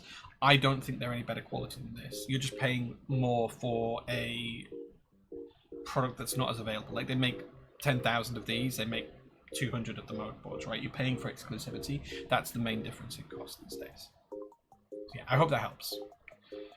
Can I steal a 60 CU? Yeah, asking for a friend. You can order one. Neo 65 CU is one of my favorite side profiles. Yeah, it's cool. Yeah, different design languages. They are different design languages as well. Yeah, yeah, cool. Right, okay. Should we actually get onto some keyboard content now? And I'm conscious it is an hour and a half into stream.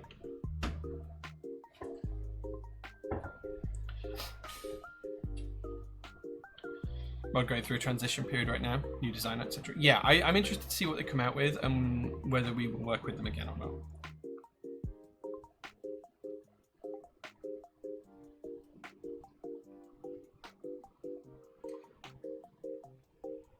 Okay, right, let's move the keyboard out of the way.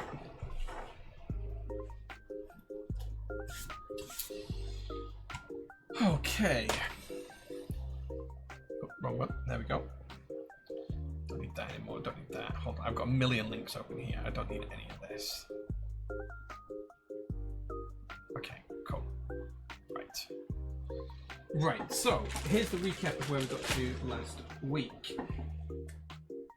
We had put the keyboard together to test it all out, and we had installed the switches, but we haven't soldered them yet. So the first job today is going to be to solder them, and then we're going to pick some keycaps and do a sound test. So first things first, we need to take the keyboard back apart. Grab my trusty screwdrivers and a tray.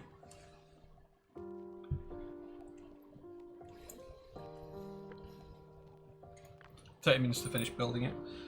Oh, is that your deadline for me tonight? No, I don't have a deadline tonight like I did last week. We can go up to 11 PM tonight, so I've got another hour and a half, which will be more than enough time to finish the build.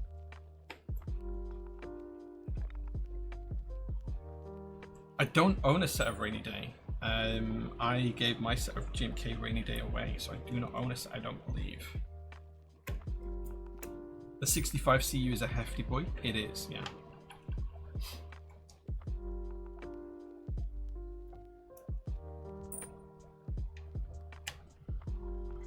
Why would you pick the 65 CU over the Evo 75? The Evo 75 comes pre-built, and if you want a custom keyboard that you are controlling every aspect of, I think the 65 CU.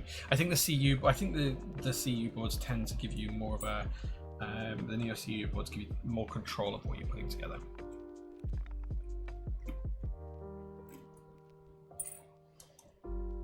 I think Mochief is going right. He's both are catered to address different markets. Evo 75 would be a great entry-level keyboard for anyone. 65 CU is a custom keyboard, more premium than the 65 CU that you get to build according to your exact preferences. Yeah. Can't stay because I'll 100% get into mechanical keyboards. Fuzzy Dookie, welcome to the stream. And right now you are Alice. You are stood with a big rabbit hole in front of you, and you're teetering around the edge. And if you ever put on a coin, one of those spiral things when you were a kid for charity, that's you right now. The question is, are you going to stay and allow yourself to roll around and drop into that pit of oblivion that is the custom keyboard world? Or are you going to be smart and not let go of yourself and let yourself drop into that thing? That is you right now. You are Alice, and you are right on the cusp. And what's the point of having a great GPU but not having a great keyboard to use with it? Got a new desk in my new place. It's all bamboo and white. I currently use the Keycle extended 2048 number 165 matching keycaps purchased from us. Yeah, nice. Thanks, dude. For us to make one purchase to elevate my desk in something that'll complement the aesthetic, like a desk mat or tray or keycap set. What would you recommend that's in stock? Keycle number 165 is a really cool board, especially the 2048 one with GMK 2048. I think that you want a really nice beige desk mat to kind of go with that, something that kind of fits that whole aesthetic and theme. What we have in stock, dude, we have so much in stock that I can't even keep track of it. Like, we have so many thousands of products on the shelves that I couldn't even remember. In terms, I'm looking at the desk mats that we have in stock right now on the website. What would I pick to go with it? The concrete desk mats would go really, really well. The lamp concrete desk mats, they'd go really nicely with it. It depends on what kind of colours the rest of your desk is going to be. If it is going for the white colours and you don't want anything particularly busy, you could consider something like the synchronized desk mats. They might work quite well. Or the ramen switch desk mats. There's one of those that's black with kind of like white text showing like a switch structure on there. That's quite nice. That'd work nicely as well. Yeah, I think we've got a load of desk mats that aren't showing in stock on here as well. I'm sure we've got a load more desk mats that aren't listed on here. Yeah, I need to check through it. But yeah, I think good desk mat is always nice to add. Hey, if you're coming over though, Dan, because you said you were going to come for a coffee, we can do like a private shopping session for you. So yeah.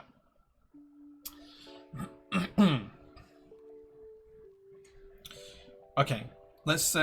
We've now taken out the screws for this keyboard. Let's flip it over and take it apart. Beigey Town, gotta love Beigey Town. Why does that not come out? Have we missed a screw? Okay, we just need to disconnect the GST cable. There we go. I'm gonna pop the bottom to one side. Remember, this is the steel version, so it's super duper heavy. I'm gonna flip this over, and then I'm gonna unscrew the plate, and then we can go from there to soldering each of these switches. The Bixby and Marley desk mats we had in stock for nearly 2.5 years until they all sold out, but we don't have them anymore, unfortunately, and I don't think it'll get a rerun. But Makibo still have them in Crispy Senpai, but we had them in stock for a long time. I think we ended up giving like the last 20 or so away because we couldn't sell them. A fresh, hey man, good to see you, dude. Beigey Town. Oh, you meant the Beigey Town desk mats. They're in group buy, right? Yeah, they're pretty cool.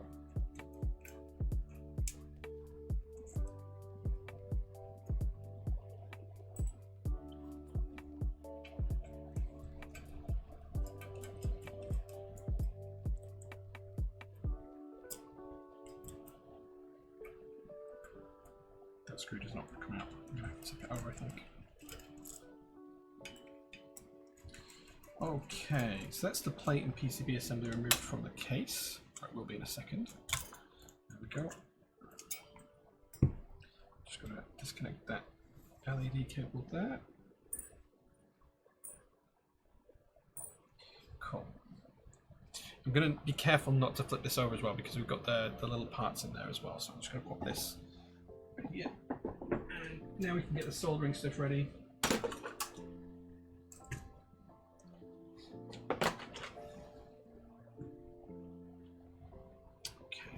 Power cable.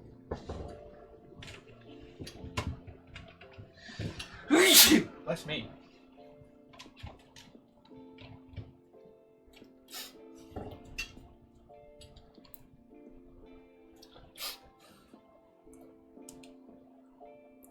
Speaking of desk mats, the Wolfman and Tiger mats are produced, so they should be on the way to you, I think. Nice, thank you, Afresh, for the confirmation. I think Sharon will be handling that, so I don't know. Thank you. Okay, so what we're going to do now is we're just going to solder the board. I'm just going to put a cloth down just to protect my desk mat actually a little bit.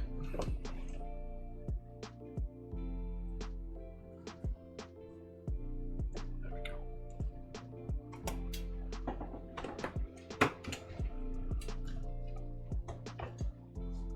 Okay. Oh. First of all, let's just do a double check for bent pins. I'm sure we checked this last week, but I'm just going to visually check every single switch to make sure 2 pins are showing through. That switch is not fully installed.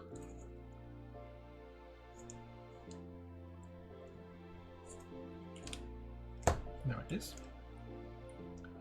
Just visually checking each switch to make sure 2 pins are showing through.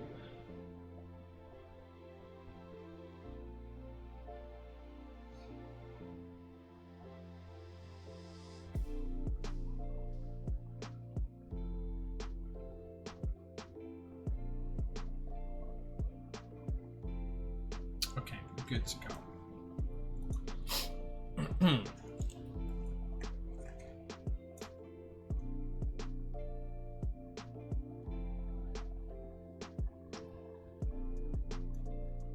So this is usually a good time for the stream, guys, for you to ask me a question. You can ask me a question about anything at all. All you need to do is tag me with @jprototypist so I see it. And feel free to ask me a question about any topic you'd like. It does not have to be keyboard related. It can be any topic at all under the sun. And I'll try and give you an open and honest answer about it if you're interested in my opinion on something. Type R's when? As soon as we get them, dude, they will be in stock. They'll be in stock. If you are really that desperate, Reed, I'm happy to sell you some as a pre-order. Let me know.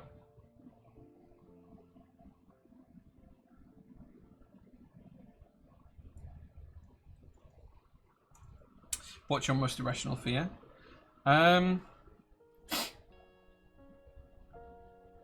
Most irrational fear. Probably public places in some respects. Like, it depends, but like I have no problem like getting up in front of a few hundred people and standing on stage and talking. But at the same time, sometimes going into a supermarket, I have not quite anxiety attacks, but I get anxious about going into a supermarket. So I think that would probably be my irrational fear, being in places where there's lots of people. I find it easier if it's for something that I enjoy, like for keyboards or going to a gig or something like that. But for things that I don't particularly enjoy, like shopping, I struggle with. So yeah, that's probably my most irrational fear. No word on the ISO Cloudline plate yet. Not at the minute. No, I've not heard back from Justin. I'll chase him up again and see if I can get it. I'm sure it won't be an issue. I know he did want to wait until after production completed, but as soon as I can do it, I will. Because I want to build my other Cloudline PCB and plate for this board in ISO layout. So we'll see. But yeah, I think certain spaces full of people is probably my biggest irrational fear. That, and of course everyone has, you know, their own foibles as well, like, oh, people don't really like me, or, you know, that person doesn't actually want to hang out with me, they're just being nice to me, and things like that. I think everyone has irrational fears like that from time to time. I think sometimes we have to lean into them and know that that is irrational.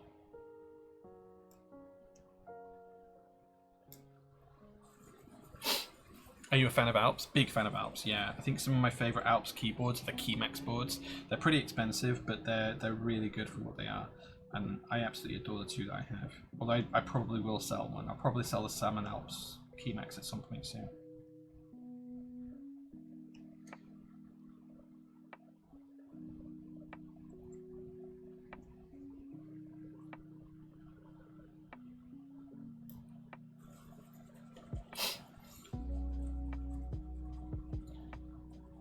What science fiction or fantasy villain do I sympathise with most?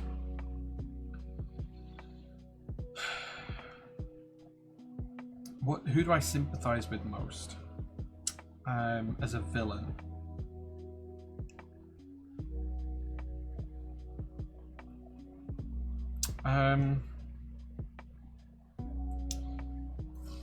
I don't know. That's a really good question. I think I'd need to think about this. There's probably a few that jump out. One, I think that the tragic characters are often the ones that's easy to have sympathy for. So characters like Darth Vader and Anakin Skywalker, you know, what they went through and why they ended up the way they did is kind of like intrinsic to the character. So I think those are easy to feel somewhat sorrowful for. I think there's some others that are really tragic characters, like the Wizard in Wizard of Oz is a very, very tragic character when you think about it, hiding behind his machines and everything else, and, you know, not truly being the wizard that everyone thinks he is. And I think that's quite powerful in many ways. Who else? Can I pick antagonists as well as villains? Is that allowed, Mr. Clay?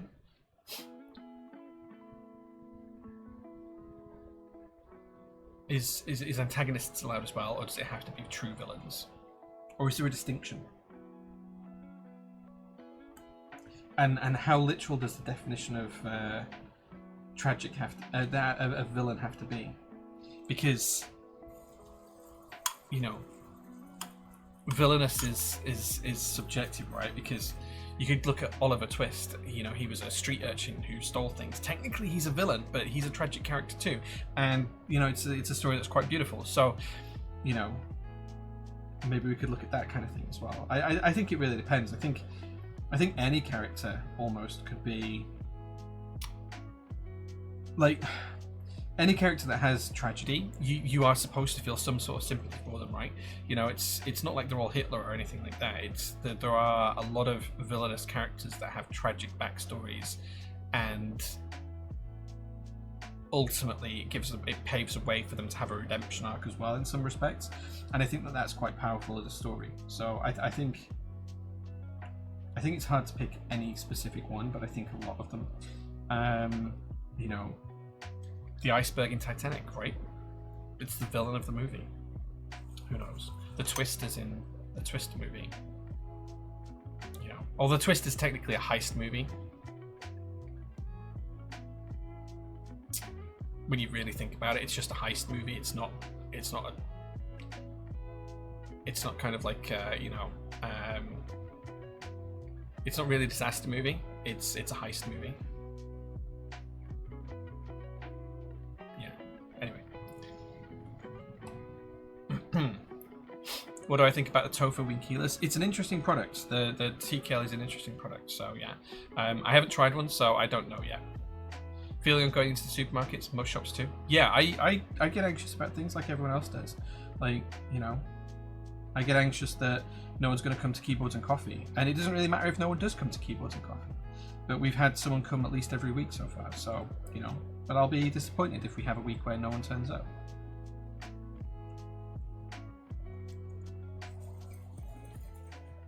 I fear taking on public transport. Fair. Are you a fan of Alf?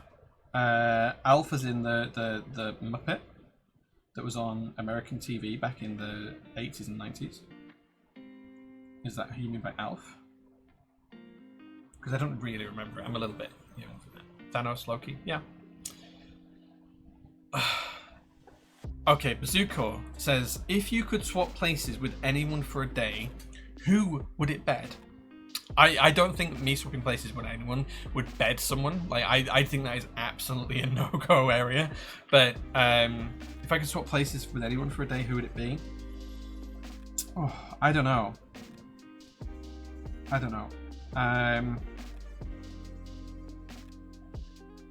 It'd probably have to be someone who has some really interesting lifestyle or something like that.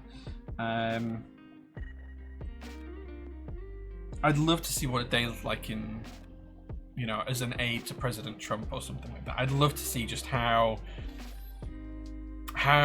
tragic that is. That'd be interesting.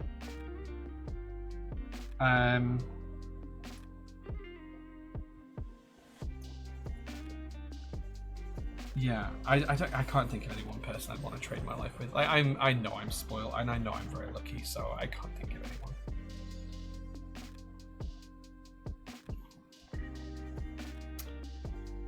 Gotta keep one jump ahead of the breadline.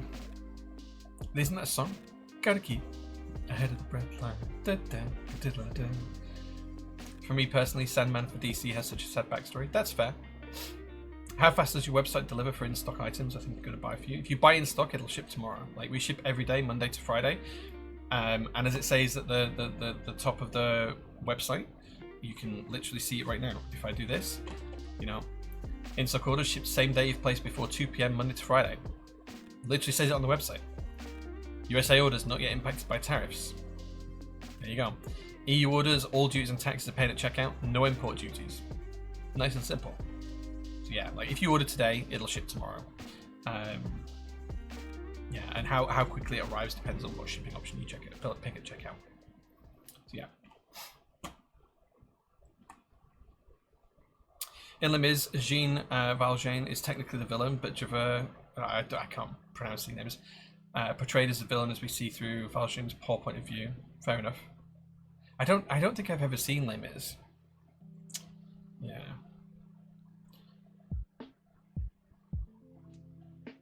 Which fantasy character portrayed as a villain would you argue is not actually a villain? Who is a villain that's not actually a villain? The Balrog in Lord of the Rings is not really a villain. He's just defending his home, which I think is pretty fair.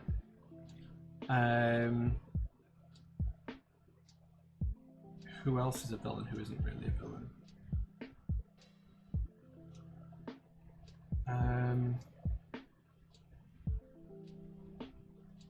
Trying to think. So Jumanji, you could argue that the game is the villain. I think that would be unfair because it's just a game doing game things.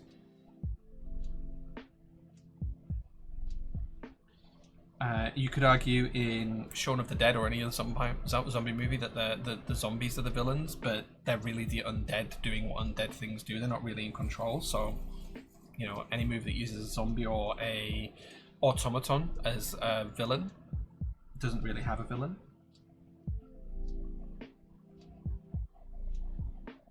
I think that's another way of looking at it. The Cliff in the Italian Job. That's a great show. I love Magneto and the aspect of the character from X-Men. When I was a kid, he was the first villain which I understood had a different point of view with the backstory. Yeah, I mean, that's true, yeah. You know, he was... We're all of some of our traumas, right? And he had very different traumatic experiences which created him to be the way he was. You know, that's not an invalid way of being. Yeah, I enjoy Alps, which is Crispy Senpai. Yeah. SKC and Browns are probably my favourite Switch of all time.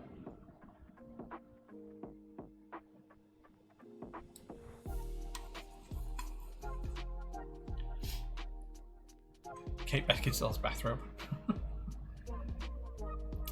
Swap lives with an OnlyFans star for a day. Thanks, but no thanks. I would be JK Rowling and recant all the turf statements and watch her try to double down after the swap is over. Would that make you the villain or her? I don't know. Punisher, great anti-hero, tragic backstory. Yeah. Jay, this will sound odd, but I have a scholarship for educational items that allows keyboards. So you guys provide detailed receipts upon ordering, sometimes zero about that. Yeah, you get the standard receipt that everyone gets. You get an order confirmation and you get a receipt in the box when we ship. What you use that for is entirely up to you. We comply with all UK legislation standards on how invoices have to be issued to customers digitally and how receipts have to be in the box. So, yeah.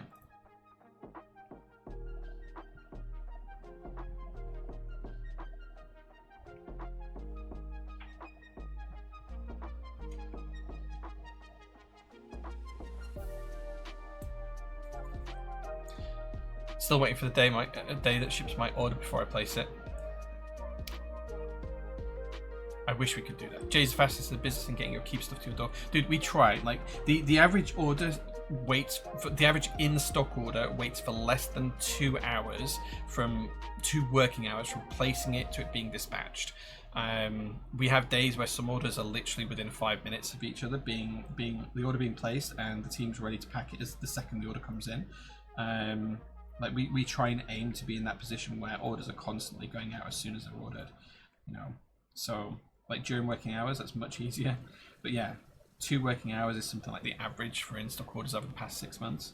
And I think even though group buys can sometimes take a year or 2 years to deliver, our average shipping for all orders over the last 3 years is still less than 2.5 working days, even considering some of those take 6 months from order to delivery, which tells you how quick our in-stock orders are.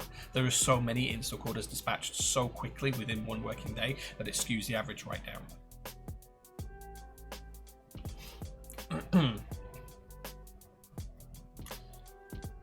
Sean was minding his business in Moria and the Fellowship barged in unannounced and started wrecking things and causing havoc. Pretty much. You know the villages on Hot Fuzz, they were just cleaning up the town. For the greater good. Yeah. Something like that, right?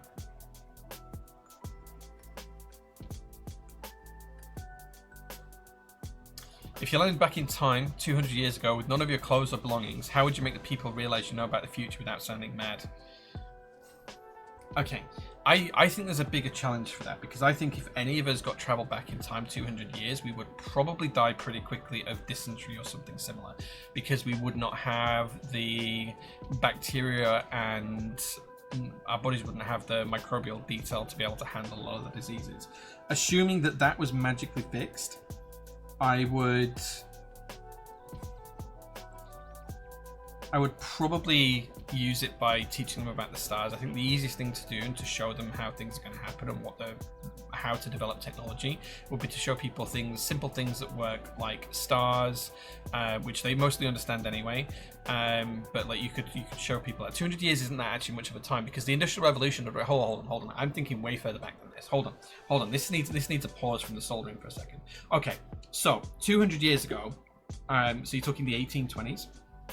In the 1820s, they had a lot of the modern technology we've got. They understood what a production line was. They had the Industrial Revolution in full swing.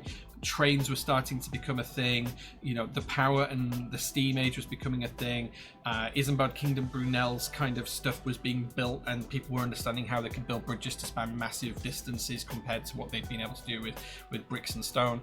You know, like technology was a flush with all of these new ideas and new tools and new projects and new products and new ways of working. I think 200 years, for most people couldn't go back 200 years and show influence to know enough, because most people know modern things that wouldn't be available. So most people know things like how to use a mobile phone and how to use a computer. They rely on the internet for everything, but they can cook and clean and whatever else. You know, germ theory was in its infancy at this point. Things like radioactivity had just been discovered. You could possibly influence some teachings in that respect. If you know details about math, there's a lot of math progress that's been made in that kind of time frame, so you could start to look at that. You know, but you're only 100 years away from when things like modern physics started to become a thing. So, you know, like microwave background radiation, things like that. But it's going to be difficult for you to take back knowledge to influence that kind of thing just 200 years. Because most things were already on a development path and on the development cycle for this point. So I think a couple of big things would be germ theory. That would be a really big one to be able to prove and disprove, and you could probably prove that with the current state of optics at that time, because you could start to think about microscopes and look into that. Worldwide events, you could point to some of the big things that were going to happen. So there was a couple of volcanic eruptions and big earthquakes and things that happened. But if you were in the UK, you'd struggle to show that because they happened worldwide and not just here in the UK. So I think that's going to be iffy and dodgy. You could potentially look, you'd need to look up knowledge before you went back, because the average person isn't going to have knowledge of what outbreaks of disease there were in London in 1822 or whatever. So, you know, it's going to be difficult. 200 years isn't really enough time for you to go back and prove to people that you were from the future, because anything that's in your frame of reference would be so far advanced, because it would feel like magic. Like, you could tell them, oh, I used to tap on this piece of glass in my hand and it gave me all this information, and they go, whatever, yeah, we don't believe in that because it's too far removed from what's available to them. So I think you'd struggle with that particular thing. If you wanted to go back in time and make yourself the richest person in the world, I think that is a significantly easier goal. If you could go back 200 years in time, you could absolutely do that with modern knowledge. That would be a different goal. Or you're certainly very, very wealthy. Maybe not the richest person, but you could certainly go back in time and be very, very wealthy, because you could just think of inventions that came around that kind of time, and you could kind of like push them in the right direction and have this kind of like engineering mind very easily without actually knowing any details. So yeah, like, you know, you could be thinking of like Marconi and the invention of radio signals and all that kind of stuff. You know, there is opportunity there, but in terms of proving that you're from the future, very difficult, very, very difficult.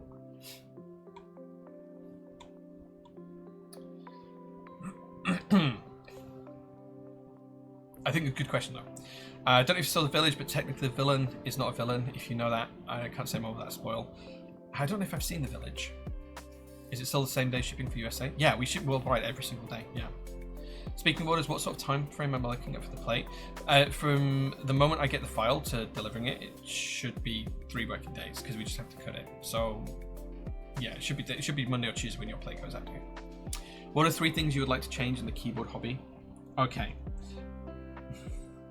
How controversial can I be with that, Stores Nurse? Before I answer that question, Stores Nurse, how controversial can I be with that? Surely a better question is, how would you maximize your life and our societal benefit without changing the future so much that your knowledge was helpful? I think that's a better way of putting it. 2 to 3 days from the US? Yeah, pretty much. Look what happened to Doc Brown in Back to the Future 3. He was a local crazy man. That's true. That's true. You could burn a witch wizard for explaining the stars. Yeah. First electric car was 1890. Yeah, but you'd be going back to 1820, right? So, yeah. Robert Anderson created one in 1830, possibly sent back in time by Gemma. Yeah, I mean, electric cars almost were the de facto standard of choice. And if you think about it, electric cars were roaming around London in the 1910s, 1920s. Electric cars were sold to you know, the big cities like in Chicago and New York and London as women's vehicles. That's what they were sold as. They were sold to be women's vehicles. And men's vehicles were loud and brash and thrashed out exhaust pipes and stuff. So it was an interesting marketing opportunity, and they didn't quite capitalize on it. And you know, the oil industry was needed for other things, and that's why it kind of got pushed in that direction. But yeah, electricity was only 2 or 3 decisions away from becoming a de facto standard back in the late 1800s, early 1900s for vehicles. For a lot of things, you'd have to get people to trust you. Yeah, Euler was a famous time traveler, maybe. You need the skills to be able to prove it, and a lot of proof relies on other proofs. It's true. Good time to go back and work at university. Well, you could go back 1,000 years and work at some universities, right? I think didn't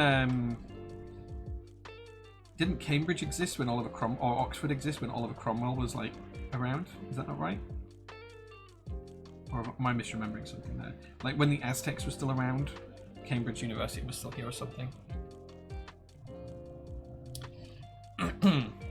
We would know if J went back because the production car would be known as the J Model PT. Nah, I don't know. I would just bring the locals a shrubbery. Nothing fancy, just a nice one. We want a shrubbery. Can someone swap lives with me and unfuck it, please? Chris, come up for a chat tomorrow, dude. You sound like you're stressed out. Why don't you come over for a coffee tomorrow, man? Pop over tomorrow afternoon for a coffee. Let's have a chat. Figure out what's going on.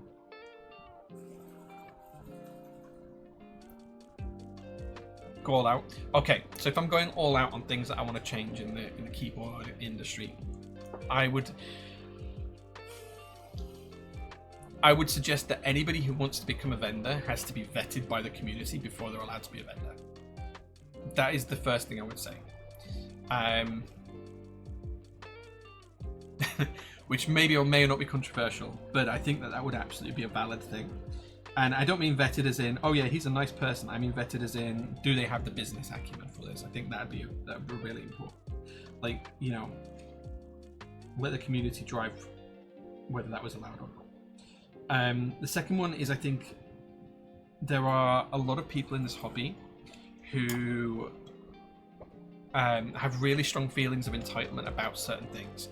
And I think that they just don't have the right frame of reference to understand why certain decisions are made. And no matter how much you try and give people a frame of reference for why a decision was made, they can still always go and take their own stance, quite rightly, take their own stance on why they disagree with that decision. But even when the decision is not their responsibility or accountability, 2 very different things. Responsibility and accountability are very different. People feel entitled to have an opinion on why that decision was made. And I think that can be a really dangerous thing sometimes, because it is much easier to go and say, why did this decision get made? And then try and absorb that information that comes back and the rationale as to why that decision was made, than say, I don't like this decision for these reasons. And then someone go, well, those aren't the reasons why we made that decision. It was completely different. And then that voice be lost in the ether. I think those are 2 things that I would change. In terms of a third thing, I'd make manufacturing significantly cheaper everywhere in the world for the products we want. Like I would love to be able to change the structure of how the volume of things that are produced, so anything that we wanted to make could get made, like and sustainably as well, which is an impossible dream, but that's what I'd like to be. I love Jay going down a knowledge rabbit hole. That's why it's an interesting question. Oxford Uni predates the Essex, I think. Yeah, I think I was saying that. Yeah, Essex are fairly. Yeah, they are relatively young, but you know, 1096. Yeah, Cromwell sort of period, right? 30 years after 1066, when Harold got an arrow in the eye. Vetted how? I think in terms of in terms of how they could be vetted, I think there's a few different ways. Making sure that A, they have the fundamental knowledge on how to run a business. B, making sure that they have enough funding and capital to make sure that they can weather the storm. C, to make sure that they understand and have the mental capability to run a store without falling to the ground. Like, one of the biggest things that happens is a vendor has a challenging decision and they don't know how to handle it. So rather than ask someone for advice or try and resolve it in some way, they bury their head in the sand. And I've seen this time and time again. Some people have come back after it and tried to rectify things. Like a really great example of this, and I'm sure Pingu won't mind me mentioning it, is when the IDB 60 was running. Pingu was overwhelmed with life choices and life things that were happening to him just in general, that he couldn't deal with the IDB 60 group buy that he was responsible and accountable for. And so he stuck his head in the sand and disappeared for 6 months. And then once like a plan to process it had all started to work through, he came back out of the woodwork and became a functioning member of the society and community again. And that's really remarkable and fair play to him for being able to do that. So I think there's a lot of vendors that I speak to, that I reach out to, who've started this, and they go and they'll message me and be like, Jay, what do I do in this situation? And that's great, because I can offer them advice. And I'm sure there's other vendors that don't speak to me that are reaching out to other people who've got experience and things and trying to learn things and trying to understand things. But I think there's a lot of people out there that think being a vendor's easy. It's a license to print money. Nothing's going to fail. And they don't plan for the worst things. And that can hit any vendor. Like, it could hit us tomorrow. Like, if we don't get any sales for the next 10 weeks, like, our capital run out. Right? We have to have sales constantly to keep capital flowing, and that's how cash flow works. That's how business works. So we make sure that we've got the right products coming, and we've got the right things to interest people to keep it going and stuff like that. But people don't often plan for that, and they will get caught up in a million other things: life, university, families, relationships, children, whatever, and that will then prevent them from being able to focus on the business. So I think in terms of how you would vet vendors for the hobby, I don't think like the MK UK Trust is particularly great at doing this, but and I don't think there's any real way to do this. This is just like a pipe dream in my head that I think, and for selfish reasons. This isn't because I care about the community as the only reason. That's like one thing of it, but it's also for selfish reasons. The reason why I think this should be a place, because at PT we've lost shy of £1 million to other vendors not being able to fulfill orders, not being able to refund products, not being able to ship us products, not being able to send stuff to customers, not being able to pay us back for things that we've paid for them. So you can look at companies like Loop Switches and RamaWorks and Mexico and My Keyboard, and that list is not a short list. Kiko's Lab, My Key Club, that list goes on and on and on as to vendors that we've helped out financially, or vendors that we have paid money to produce a product for us, or vendors that we have ordered product for that have then never paid us for. So for example, one that is finally being worked out right now is there a vendor that is just paying me last week and this week coming the final amounts that they owe me for GMK Nerve, so that I can send them their sets and they can ship it to group buy customers, despite the fact that it's 9 months since we shipped Nerve out. Right, because they haven't paid me, so I can't send them their product. Historically, I sent this same vendor another group buy, Higginbana, and I only finished getting paid for Higginbana a month ago, and that's a 2-year ago group buy. We sent them the sets once we received them, assuming they'd pay straight away, but they don't pay the invoices for 2 years. So like when other vendors are in that position, you're not getting the money back. Like I think that's the bigger reason why I'd want to be selfish and have vetting in place. Like, there's no real way to actually do that, and there's no real mechanism for it, and it's a pipe dream of an idea that would never truly work in production. But that's why I asked the question about how real could I be about it? How deep could I go? Being silly? Chris, you're never silly. Come over, dude. Come for a coffee tomorrow. Cromwell still around? Yeah, he was well after 1096. Yeah, it was Harold at 1066 that I was thinking of. Yeah. A lot of the industry, especially machining, has changed to compete on the price of small batch production prototypes. I do not see this being unfeasible in the keyboard hobby. It's more when you consider all products, Tangus. I think keyboard cases are fine, they're one thing, but when you consider all keyboard products, like switches and keycaps, they have to hit certain MOQs to be made. And I think a lot of the time we think that this hobby is gigantic and every key set sells 10,000 sets. Most don't. Most of the popular GMK sets barely scrape by. It's not like 5 years ago when COVID was in full swing and sets were selling thousands of units. Most of them are just hitting 250 MOQ if we're lucky, and they're only doing that because vendors are buying extras to sell later on. They're not organically meeting that MOQ. And sure, you could argue that some manufacturers can do lower MOQs like Signature Plastics, but they will absolutely uplift the price for that. So my dream would be that we could have reasonable prices for everything at really low prices. Like whatever the price is to make 500 of something right now, in my head, I would love to get to a point where we could have that pricing for 1 unit or 5 units or 10 units, something like that. That's where I'd like to get to, just to kind of like explain that. 2 years is crazy. Have you ever had to pursue them legally? A few companies we've had to take legal action for, yeah. The issue with taking the legal action is it costs money. So you would have to instruct a lawyer to be able to pick that up, or a solicitor here in the UK to pick it up, to write a series of letters, because the stages that you have to go through. Let's say it was 2 UK companies. Let's say there was us and another UK company, and they didn't pay me for something.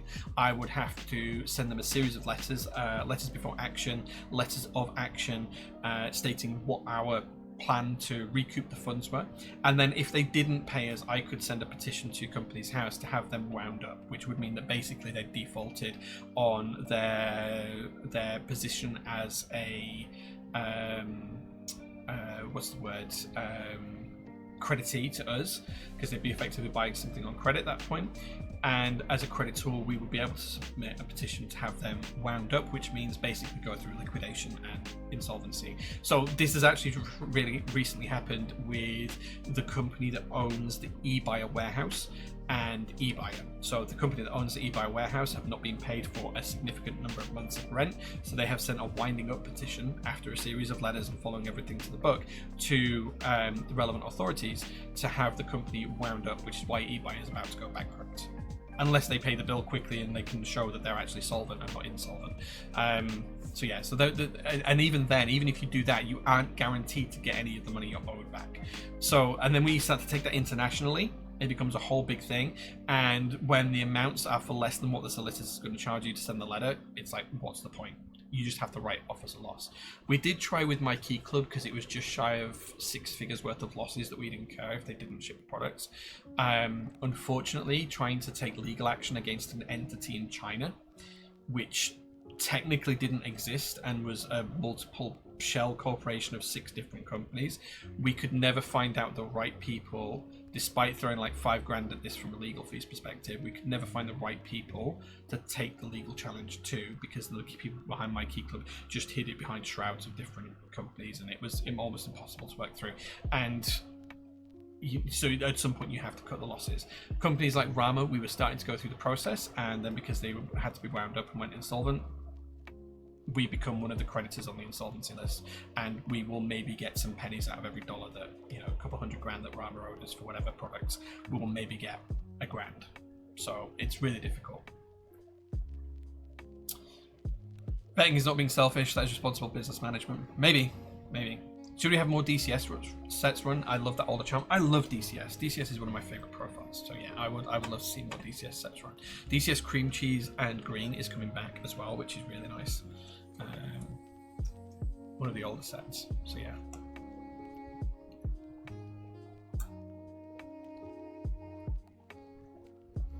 I do agree with you, and this goes back to the manufacturers though. The hobby should be voting with their wallet around all of it. SP is really interesting because they're at times quite well priced when it comes to small MQ runs. Highly flexible, mold costs are negligible, malicious genuinely nice. I want them to succeed. DCS is fantastic, but their charming imperfections, potential SP is wasted. So SP is in a really interesting position right now. And again, and I know we're digressing from finishing this build, but your pet bait?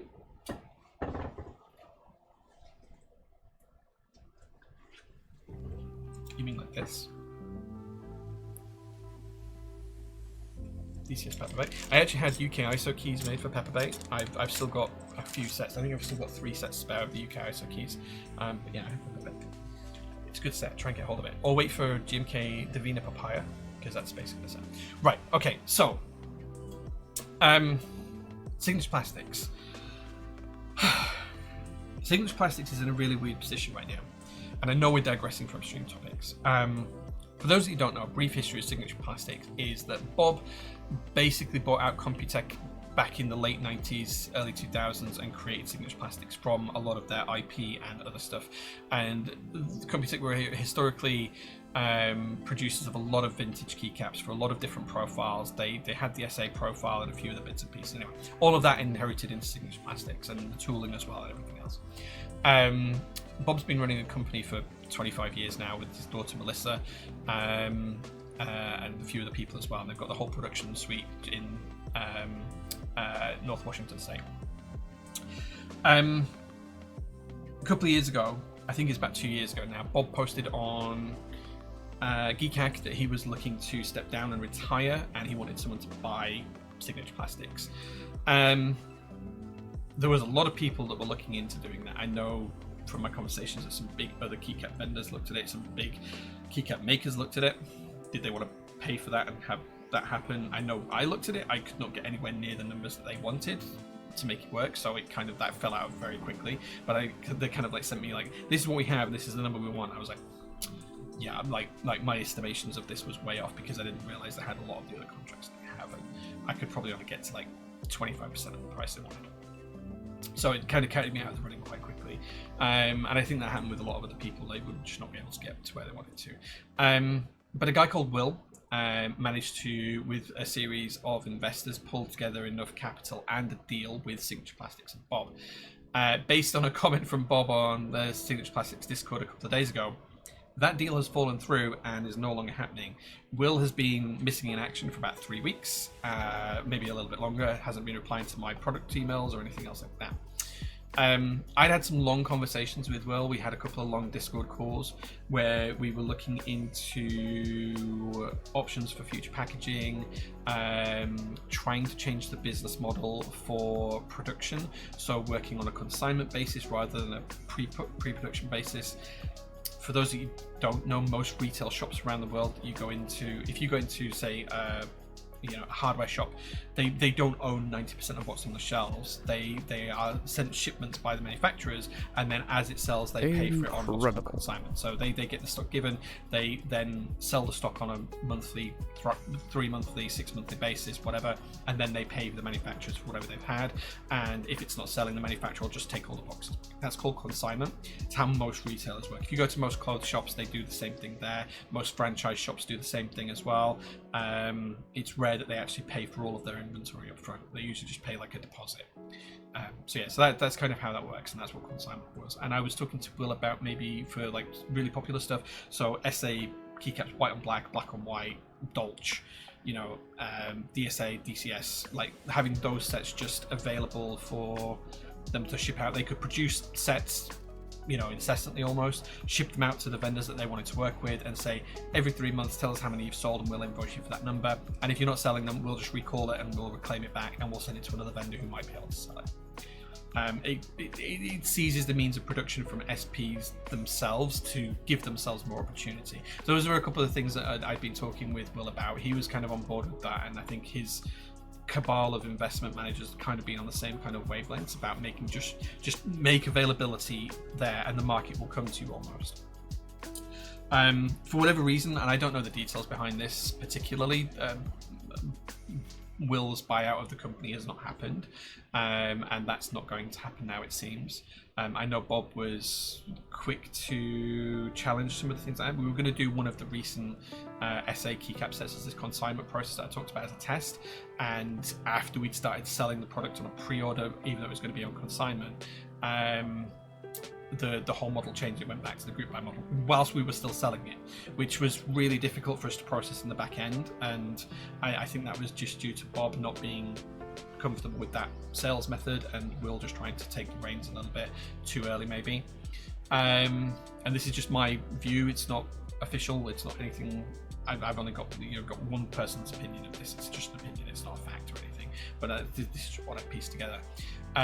But SP is in a really interesting position because right now tariffs at the end of this month are going to impact anything that comes from any of the production of keycaps in the world. So most keycaps are produced in China, a lot of keycaps are produced with GMK in Germany. There's going to be, I think, 34% tariffs from Germany at the end of this month and 50% tariffs or greater from China at the end of this month for anyone who buys them and imports them.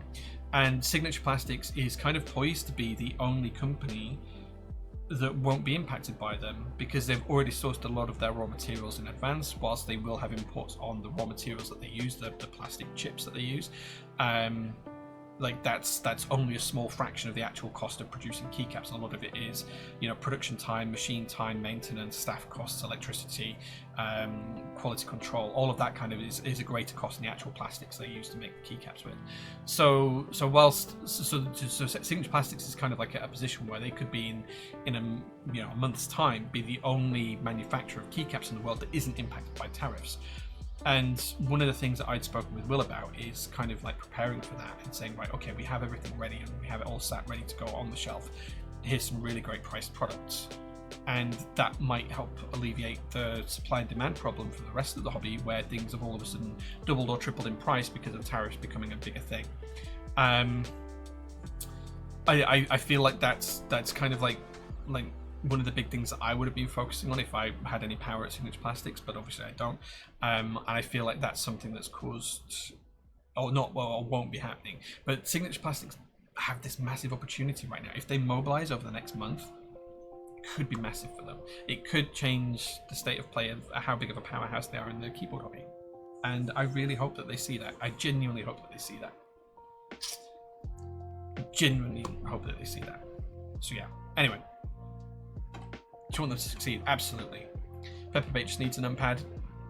The Signature Plastics have no more resin to make any more Pepperbait keycaps.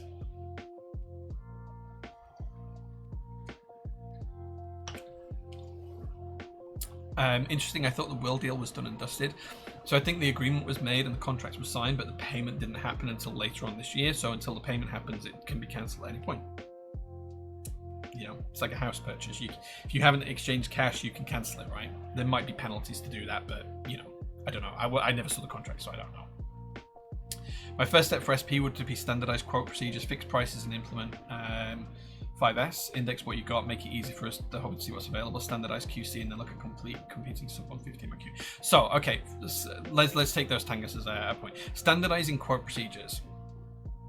I don't think there is a keycap manufacturer in the world that has a standardized process for quoting of keycaps, because to be able, in fact, the only one that does actually, sorry, I tell a lie, is Keyreative, because you would need a price per keycap per MOQ to be able to do that, and or you would need some sort of spreadsheet that was publicly available that allowed you to pick the keys that you wanted and give you a price of what that's going to be from a wholesale perspective, or the means to calculate that, and that doesn't exist anywhere apart from the Keyreative, and that's based on a per unit MOQ rather than a per key MOQ, which is a slight distinction, but it's a big one. So I think that standardized quote procedures are not in effect anywhere in the hobby right now, and the main reason for that is because pricing changes so significantly from month to month based on supplier contracts and everything else. Like, pricing is a dark art, and I think having a standardized price in something that's so volatile and so small volume, very difficult to do. It'd be nice. I don't think it's possible to do. Fixed prices. I don't know if you mean fixed prices as in make them better, as in to remedy them, or fixed prices as in make them static. To make the prices better, they have to have a better handle on production, and they have to be doing more production to reduce the prices, right? So that's the remedy. To fix prices, to have standardized pricing is really difficult right now with how volatile the whole tariff situation and everything else is. So difficult. I'm not sure what you mean by 5S. Let me know what you think about that. Index what you got. Absolutely. I think all major manufacturers should index what they've got. GMK haven't got an index of what they have. You have to email and say, do you have these keys? And then it becomes known in the community whether they have them or not. I think all manufacturers should do that. Absolutely. Say, we have these profiles and we have these legends for all of these profiles. Here it is. Here's the catalog of that. I think everyone should be doing that, and no one's doing it really well yet. Make it really easy for us to see what in the hobby to see what's available. Absolutely agree. Yeah, that's a true one, and I think every manufacturer should be doing that. Standardized QC, and then look at competing sub 150 MQ. I think they do have a standardized QC process. The issue is it's manual and it's physical and it's visually eyeballing stuff. And if you've ever tried to do something as repetitive as that, you can look at 10 keycap sets and you start to see the same things. And after you've done 10 keycap sets and you get onto the 11th, the 12th, the 100th, the 150th of the day, you will miss things that you would have caught in the first 10. I know here when we do QC on keyboards, we do like 10 keyboards, take a 10-minute break and have a drink and then come back and then do another 10 keyboards. Because if you just keep going and going and going on a production line without some automated way of doing it, you miss shit all the time. It's so easy to miss stuff. Even GMK has a problem with that. So I think QC is probably about as good as it will ever be unless you can implement some automated QC process where some machine is photographing the keycaps and analyzing them before they're dispatched. Yeah. What was the GMK set coming out like Pepper Bait? You said Divina Papaya. It shouldn't be too far away. Be the first, be transparent, be the change. Yeah, I mean, sure. Static where you fuck around with production processes. I don't think any company right now can make any price static for production. I think that is inherently a bad business decision, because if you make prices static and then your cost prices change, you are fucked. That's the problem. And the cost prices are going to change for everything in the next few months for every industry that touches America. So yeah, that would be my view on it. It is when it's not made a mess. Too many mistakes and QC issues in the last DCS sets. Yeah. Continuous improvement, standardization of procedures, workflow, warehouse management, QA, QC. Okay, cool. Yeah, I mean, no one really knows what Signature Plastics do for those, so it's impossible to say how they could do it better. Continuous improvement is something that every business should have anyway. Standardization of procedures is something that they already do have internally. They will be mandated to have those from a governmental and a federal perspective in the US. Those procedures probably don't touch the things you'd want them to touch though. Workflow, I think they probably have their own stuff that's already how they work, and they have ways of working that we just don't know. Warehouse management and QA and QC. I think to do warehouse management, they would have to be significantly bigger than what they are right now. Signature Plastics is not a big company, they're very small. And what they do have available in stock is generally consistently reasonable. QA and QC I agree with. Quality assurance and quality control are two very different things. They do have quality assurance controls in their contracts, so when you sign a contract as a vendor, they say that everything will be within a certain tolerance, and if something's found to be not, they will provide replacements. So that's generally not an issue, because if a customer comes to me and says, oh Jay, this A key's fucked, I'll go, okay Melissa, please can you send an A key to this customer because blah blah blah blah blah, and send a copy of the picture, and Melissa will reply back usually the same day and say, hi Jay, that's been dispatched, here's the tracking number for it. I send the tracking number to the customer, they get it 3 or 4 days later. So quality assurance is there. If that's not happening with your local vendor, pick up with your local vendor. Quality control, again, I think it comes down to size of the company and physical limits. You know, humans will make mistakes. That's just a fact of life. And you know, like we make mistakes when we're packing up products. Like there's quite often we'll ship, 1,000 orders in a week, and then a customer will come back to us and say, Jay, I've only got one of these 2 desk mats. Where's the other one? And we'll go, fuck. And we'll send out the second desk mat, or if we don't have one, we'll refund it, whatever the difference is, right? So yeah, I think that's fair. Divina Papaya, he said we'll run in October probably. Yeah, it's not a million miles away, yeah. I feel like Tangus is going to be really upset with me now and really on a rant and disagree with me, but like, I'm happy to discuss these things with you guys. Like, I'm genuinely happy to discuss these things with you guys. So if you want to talk about it, Tangus, I genuinely would love to have that conversation. Really would. I think that there's a realm of what's really nice to do, what's achievable, and what's feasible. And what's feasible is what they could probably do almost immediately with little cost or minuscule cost. What's achievable is what they could do if they threw some money at some problems. And the big dream, the Rolls-Royce solution, is probably somewhere we'll never get for anything in the keyboard hobby. But yeah. SP's mom and pop, and people expect them to modernize, upgrade, build their immediate capabilities. Yeah, to modernize their entire business would probably cost somewhere in the region of 8 figures, right? Yeah, it just would. So they're kind of stuck with where they are. I've read somewhere a rumor about GMK moving production to China. Any bit of reality in that? I don't believe so. I don't know who's spreading that rumor, but that's nothing I've heard. And given the fact that I've been to GMK's factory a couple of times now, I don't see any signs of that. I do not expect people to agree with the angry Danish man. No, I don't agree with you. I think that we just have to be realistic in expectations, right? And expectations are going to vary from person to person, and you have to kind of like split them into different categories. What's feasible, what's achievable, what's unreasonable. And a lot of what we would really like is the unreasonable stuff, but it's just never going to happen, and you're just never going to get that. Like, it'd be great if we had a contract with DDS that said every single keyboard case you get is going to be A+ stock. Like, there's no way they can guarantee that. Absolutely no way. Because it just, unless you're buying like 10. Because as soon as you order like 100 of something, someone somewhere is going to spot something on something, or not going to see something. Because if I gave you, if you came to the PT workshop, Tangus, right? If you came to the PT workshop and I gave you 100 keyboards to check, I guarantee that if I checked them after you, we would spot different things. I'd spot something that you hadn't spotted, you'd spot something that I hadn't spotted. I guarantee that that would happen, because it's impossible for you to notice everything about everything. So when a product like a keycap set is sat in front of you, and you go, okay, great, and like literally it would be a case of getting this right. So this is how the process will go with Signature Plastics. Here is the set. Here is the set, right? Okay, so you're looking at every single key. So the escapes key looks okay. The F1 key looks okay. The F2 key looks okay. F3 looks okay. F4, is that 4 slightly wonky? There's the 4 slightly leaning in at the top, so you've got the F key and the 4 key. You know, is that a QC pass or is that a QC fail? F5. Okay, we've been going a minute and we've done 5 or 6 keys, right? It's just impossible to check everything. So you're doing everything kind of like at this kind of speed. You're going to miss something. Like, is that Q quite thick? Is the Q thicker than the W? Not sure. The red legends, do they look thicker or thinner than the teal legends? You know, it. Like when you're looking at that, and that's we're just looking at one. If you looked at 10 of these, you'd start to miss things all the time, and it becomes really, like genuinely becomes really difficult to do. So retain attention span for that kind of thing, most humans can't do it very well.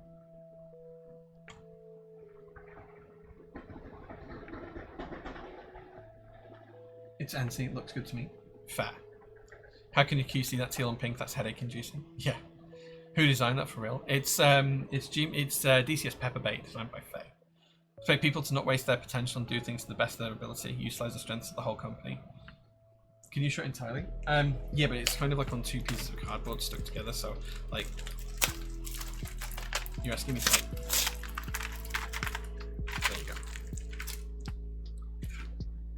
Should we put it on this keyboard today? Should we put it on this? Because it's the time to put the keyboard case together.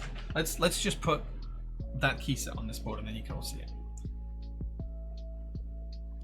This is not SP slander. No, but like, you know, you have to set realistic expectations, right? There's someone who's been relatively senior in a couple of different companies and, you know, made a lot of products happen and projects happen. I see the art of the possible and I see the art of the impossible, and often what we want to be possible just isn't feasible. And I think my job is to kind of like try and educate people on that. Like, and you can take that to any industry and it can be, you know, different from industry to industry, but a lot of the same things and the same challenges you'll end up coming across against.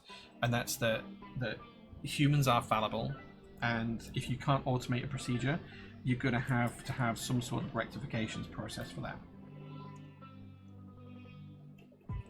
Yeah, I'd love to work with Signature Plastics. I'd love to go. In fact, I've offered Melissa this. I've said to Melissa that I would happily go over there and give them some free consultations on how to save costs and improve product capability and stuff, because that's literally what I made my life's work. That's literally what I did for a living for a long time.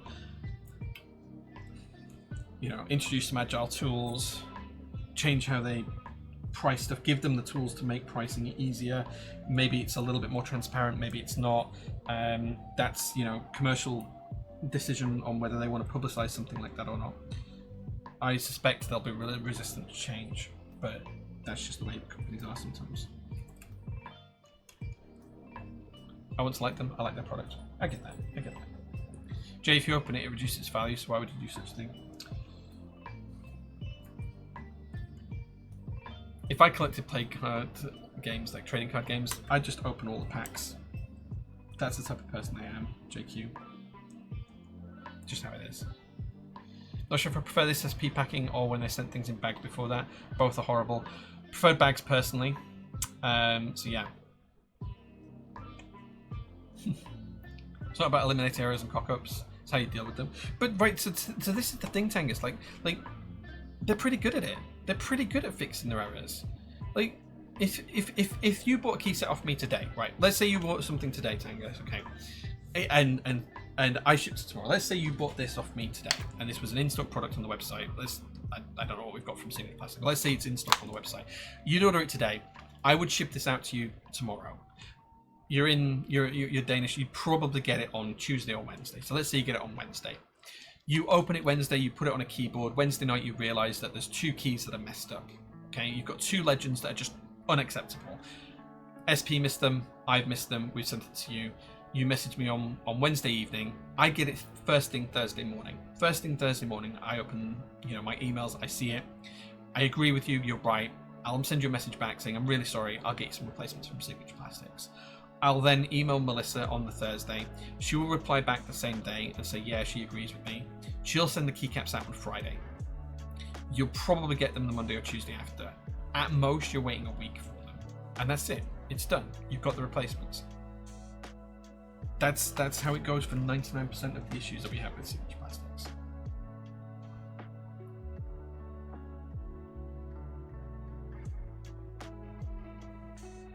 Okay, let's get this board put together. Still kind of annoyed at the red lamp alert ISO enter situation. Sorry to be pain in the ass with that.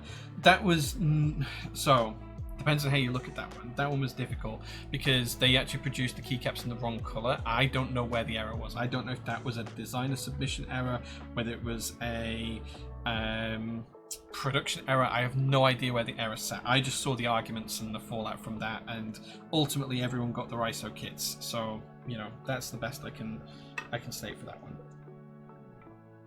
And in fact, more people got ISO kits because the people who ordered the colorway that shouldn't have had ISO kits got it for free as well. So because the ISO enter wasn't part of the ISO kit, it was part of the base kit. That was the issue. Yeah. But there was production renders with both different legends on, so I don't know where the error sat on that one. Unfortunately. PC has problems with SP. I have no problems with SP. I work with Melissa constantly. She's great. Just stung for those who didn't order it, got the correct one for free. So like,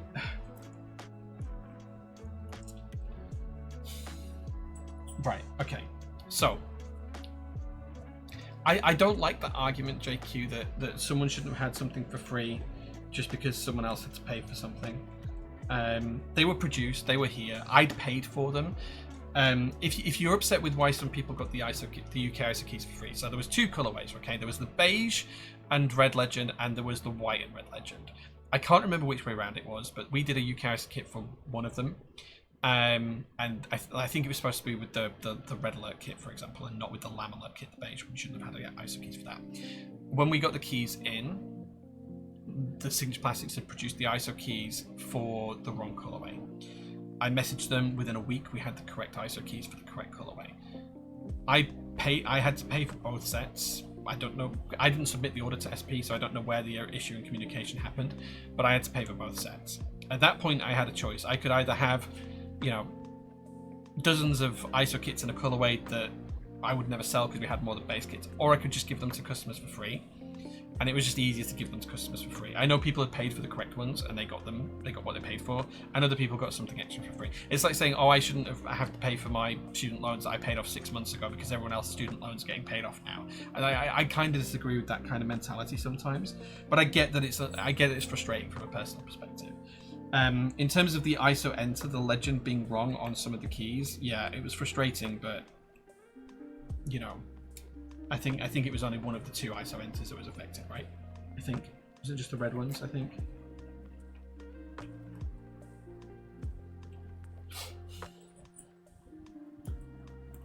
We did have people that demanded to return the UK ISO keys that didn't order them. Yeah, I had to pay for return shipping for a couple of those. There was some people in the UK that had ordered the set, didn't want the UK ISO keys, and demanded that I pay for shipping to return them because they didn't want them. So we lost out a lot of money on those ISO keys. I think there was 2 people that did that demanded we paid to take the ISO keys away because they didn't want it. So that's why we've got a couple of the ISO keys sat on the shelf, which we can't sell.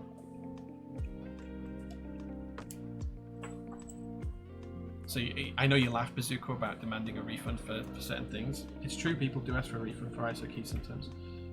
Like we have quite a lot of people who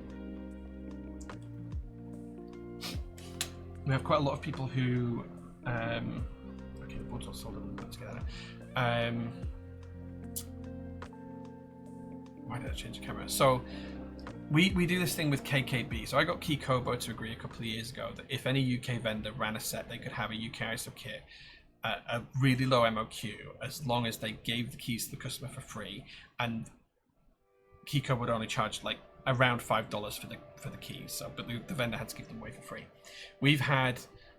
We must have had over 100 customers from around the world, not ISO users, say, "Can I have it cheaper if you don't ship me the ISO keys, even though we're selling it as a base kit with ISO included?" And it's like, no. Like they say, I want it £5, £10 cheaper, and you can keep the UK ISO keys. It's like, well, what are we going to do with them? We'll never sell them if they're on their own. So yeah, boggles the mind, the neck on some people. Yeah. How many of those DCS ISOs do you have from refunds? I don't know. Some. Don't begrudge people who got it free. Okay, cool. I thought that was what you were trying to say, Jakey. Thank you for clarifying that. I appreciate that. Just that I pointed out during the IC stage and it was addressed. It was so supported it and turned out the incorrect in the long run due to the mix-ups. Just a bad luck situation. Yeah. I think one of the things that I want to do is I'd like to be more in control of the submissions that get sent to manufacturers, because often we're not in control and it's kind of like amalgamated into like a big order and that's submitted, and then there's a mistake and we get the brunt of it sometimes, which is difficult. People get free stuff and demand that you take it back. Yeah. Yes. Or they demand like other things. Like we had someone who a couple of weeks ago who won a key set on stream when we played Marbles. I say a couple of weeks ago, it was months ago, it was last year. And they were like, "Oh, I don't want that key set. Can I have another key set?" It's like, well, that's the key set you won on stream playing Marbles. It's like that was your prize. That was what you won. If you don't want it, you feel free to sell it, do whatever you want with it. I'm like, oh no, I'd rather have some store credit instead. It's like, you didn't win store credit. You won that product. Like, it's free. You can throw it away if you want. Or you can tell me you don't want it, and I don't want to ship it out to you. But I don't have to offer you another product. In the end, they sent that many emails and that many demands for a change of product that we gave them a change of product. We just capitulated and said, fine, you don't have to have that. Tell me what you'd like. You can have anything else that you want for the same value in stock. They picked something more expensive, refused to pay the difference. Again, emails back and forth. We eventually capitulated, sent them that product, and the first thing that they did, they sold it on Mech Market. Like literally the same day, that person then sold it on Mech Market. And it's like, thanks. Like it's so difficult sometimes. I want a refund on all the keys I don't use on my 65%. Sure. Come and ask for that in person. I got a ton of keycaps I want a refund on now. All those novelties and S-bar kits that I only need one key from. People are the worst. It only gets worse. Like I know I'm complaining now, but this is part of the job, right? This is part of working in retail. People will buy a pair of jeans that come with a belt and say, "Oh, I don't want the belt. Can I have like £5 off because I don't want the belt? Give me €5 back. Give me $10 back because I don't want the belt." Right? Like that happens in everything that people sell retail. There will be, people go to restaurants and they will have a set menu. And they'll order from the set menu, but they'll say, "Okay, on the dinner, hold back the veggies because I don't want them." And they'll go, "Well, I didn't have the veggies, so I want it cheaper." That will happen in every retail environment. It's just one of those things you have to deal with. So how they become bent out of shape for 5 extra ISO keys. It's like asking, "I don't use the accent keys, can I have a partial refund?" Yeah, we've had that as well. We have that too, Nufi. We have it for accent keys, we have it for novelties, we have it for matching desk mats. You name it, we have it. And it's fine. I understand why people are asking, but like we just generally say, no, that's not. You bought the product. The product is the product. Like you can't send part of it back. You can't fill your car up with petrol and then go back to the petrol station and say, "Well, I've only used 5 litres. Can I have a refund on the other 5?" It just doesn't work like that.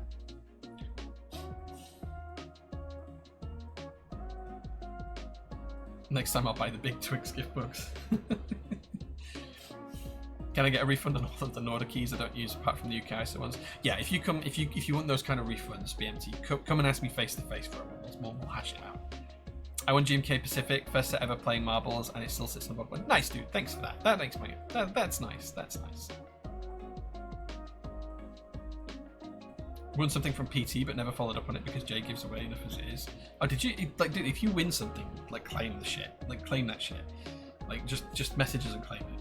Like, yeah, we'll play marbles in a little bit for something. We will. try and spread some good cheer.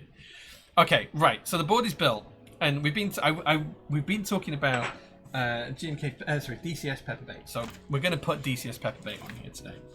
I'm going to zoom in, and you guys can follow along as I put DCS Pepperbait. Oh, we need to test the keyboard first. Let's test the keyboard works. Okay, so we have RGBs glowing. That's a good sign. Let's get up Switch Hitter. Boom.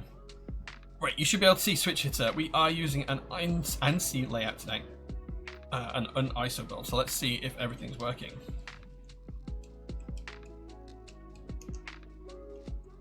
Okay, looking good so far. Looking good. Looking good.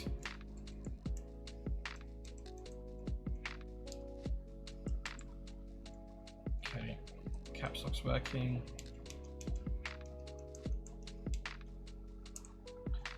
Good so far. Yeah, that should be an FN key. That might need control. That might need configuring. But everything else is working. Cool. Excellent. Okay, that should be actually one of these should be RGB off actually. Okay, we've successfully changed the RGB pattern, so something's working in there. So I'm confident that that's working. But there we go. The board is all working. The real mystery GMK set was the marble friends we made along the way. Maybe. Let's get these keys open.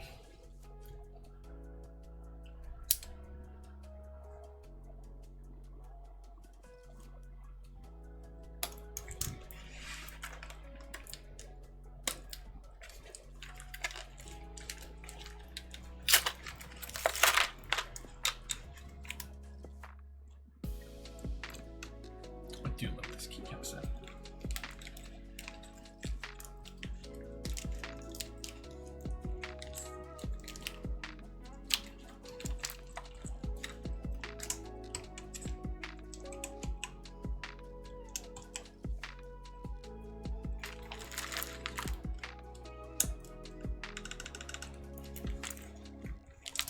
ANSI's better than ISO.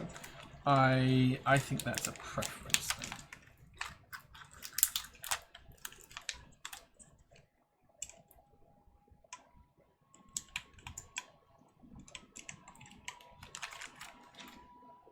Oh, we don't. Is that shift?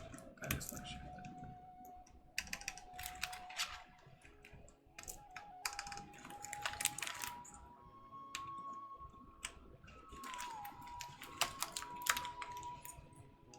This is a personal one, so this is my personal board.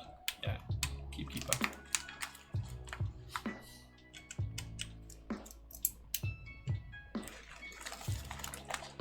Oh wait, we're going to find that we don't have short shift here, right? Does this support split shift?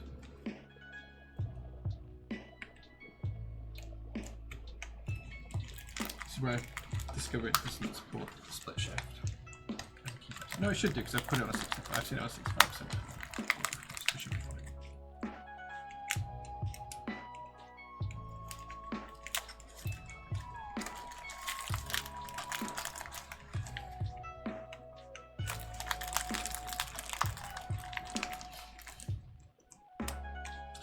Yeah, it's rare that we the boards we build keeper aren't for my personal collection. 99% of the time they are for my personal collection. Or they're a customer build, and I say that in the title of the stream.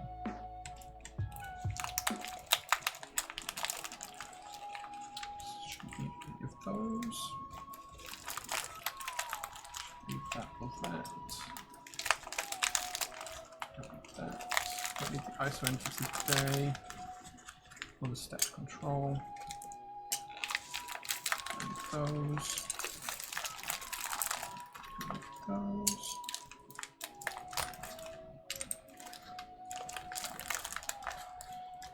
Either of those. Oh, here we go.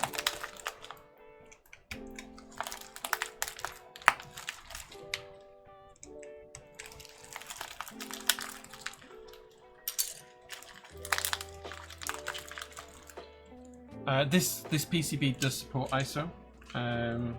It doesn't support ISO on the plate though, so I need to make a custom plate for this at some point. So that's why we are building a this next because I haven't got the plate file yet to make myself an ISO plate, but it will come at some point.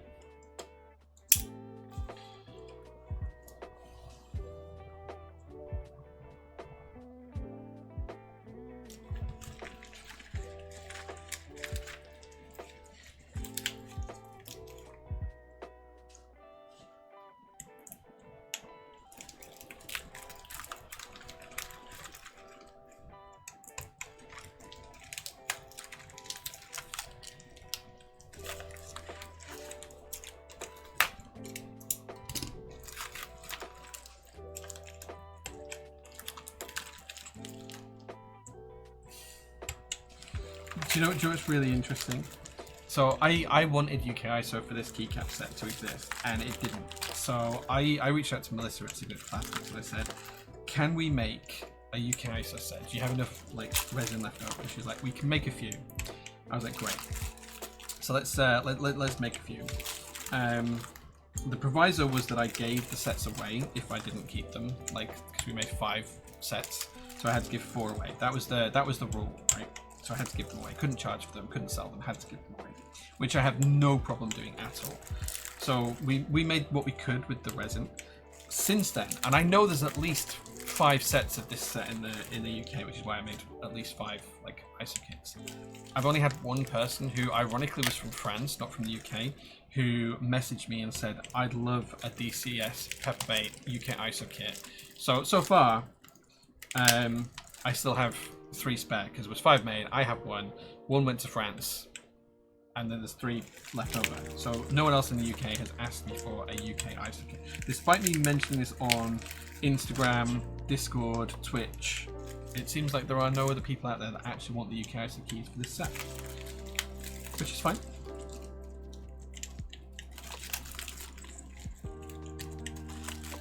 This set on your Matrix 100% would be gorgeous. Unfortunately, there is no numpad for this, so it wouldn't go on the Matrix board. It wouldn't fit because there's no numpad. Did you ever finish the POG display? I did not. I need to finish that off. It's a project that is still to be completed.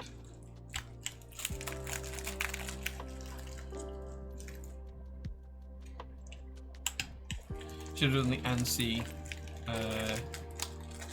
for the best UK support. Maybe.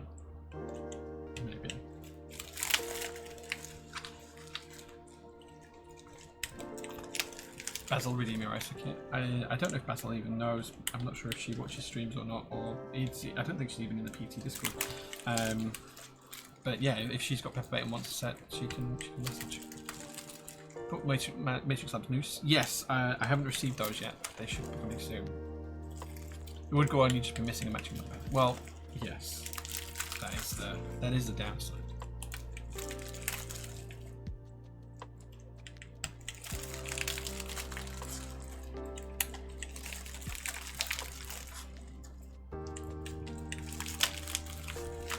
I do love the way this keycap set looks though.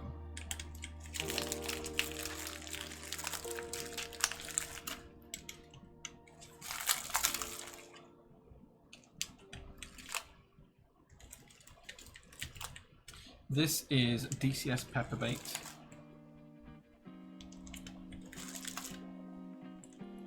I don't think it's unobtainium. I think it's fairly easy to get by. Like, I see posters for it fairly often, I think, and people tell me that they've bought it every now and again. Sure, I don't think you're going to get it particularly cheap, but I think it is achievable. If they track at 500 quid, I'd have sold this already. I think like $250, something like that.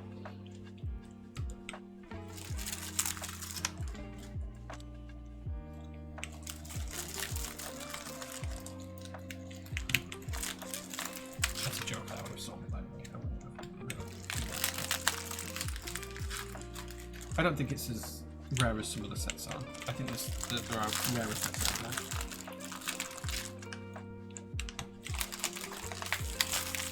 I think there was more of this produced than Midnight Rainbow.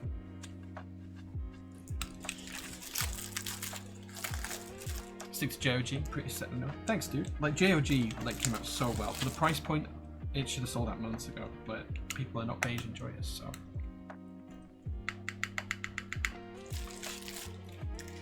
We just slightly walked space back because that was struggling to return. Do I have a keycap? No, I do.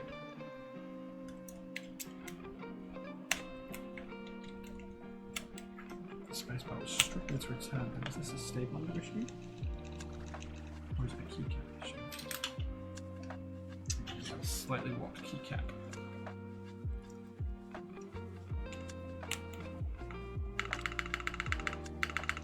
Fixed. Cool. Excellent. So there we go. What do you guys think? DCS Pepperbait on a Cloudline V2 Steel Edition. Looks pretty good, right? Should we see how much this weighs? Because I'm pretty sure this is going to be chunky.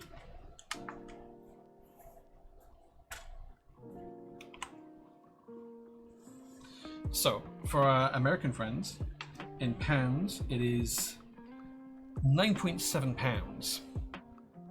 9 pounds, 7 ounces. In grams, that is 4.3 kilos. 4.3 kilos. It is the overcast version. 4.3 kilos. That's a chunky board.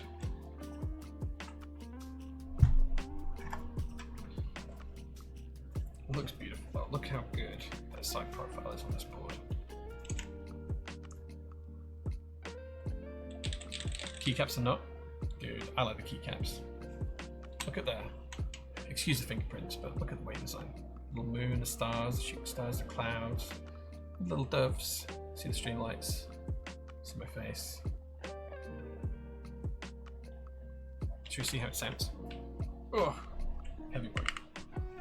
Let's do a quick typing test. 17 Big Macs. Fair. I could just eat a Big Mac actually. Just pause the music for a second. Okay, let's see what she sounds like. In fact, actually, can you guys hear me typing? Oh god, that sounds good. Let me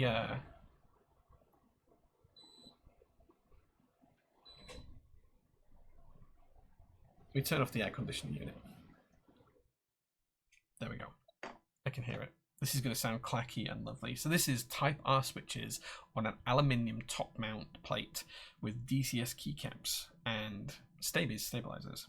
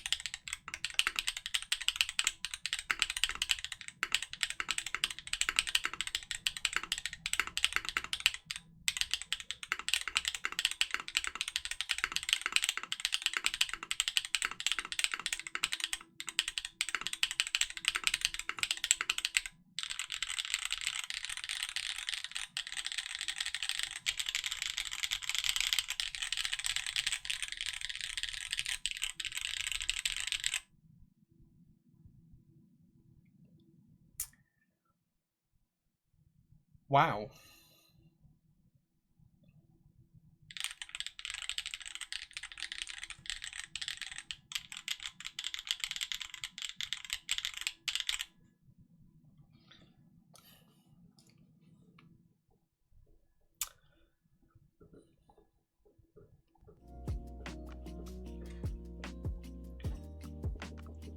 I think we've just had the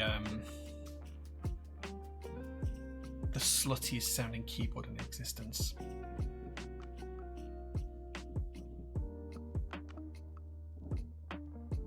If this keyboard were a gay man, he'd be on a beach, wearing just a tankini, approaching you,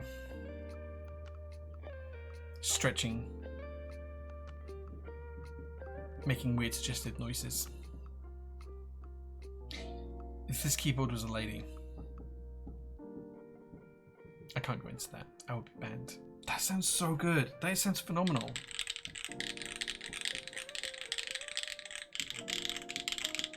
I may need to go change my pants. Like, that sounds so fucking good. Jesus fucking Christ. Have we just discovered the magic formula? Top mount, Alu plate, Gator on Type R's, DCS keycaps. Steel case. This is Kate Beckinsale in, you know, tight leather of the keyboard world. That's what this is.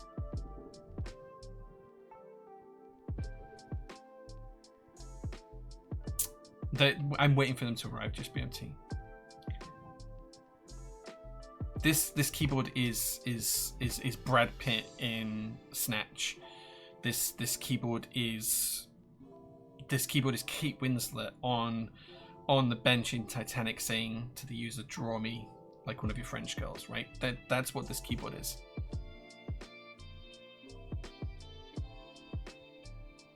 If you come to the PT workshop, you can try this out.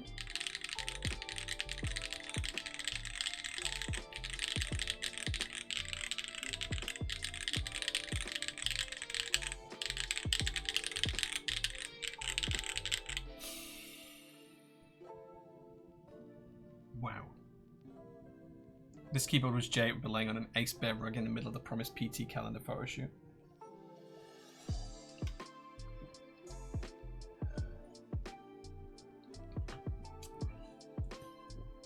I don't know, right? Like, I feel like you should need a VPN to hear this. That's a UK, like, online safety joke. But I feel like this stream should need a VPN for you to be able to hear this. That's how I feel about this.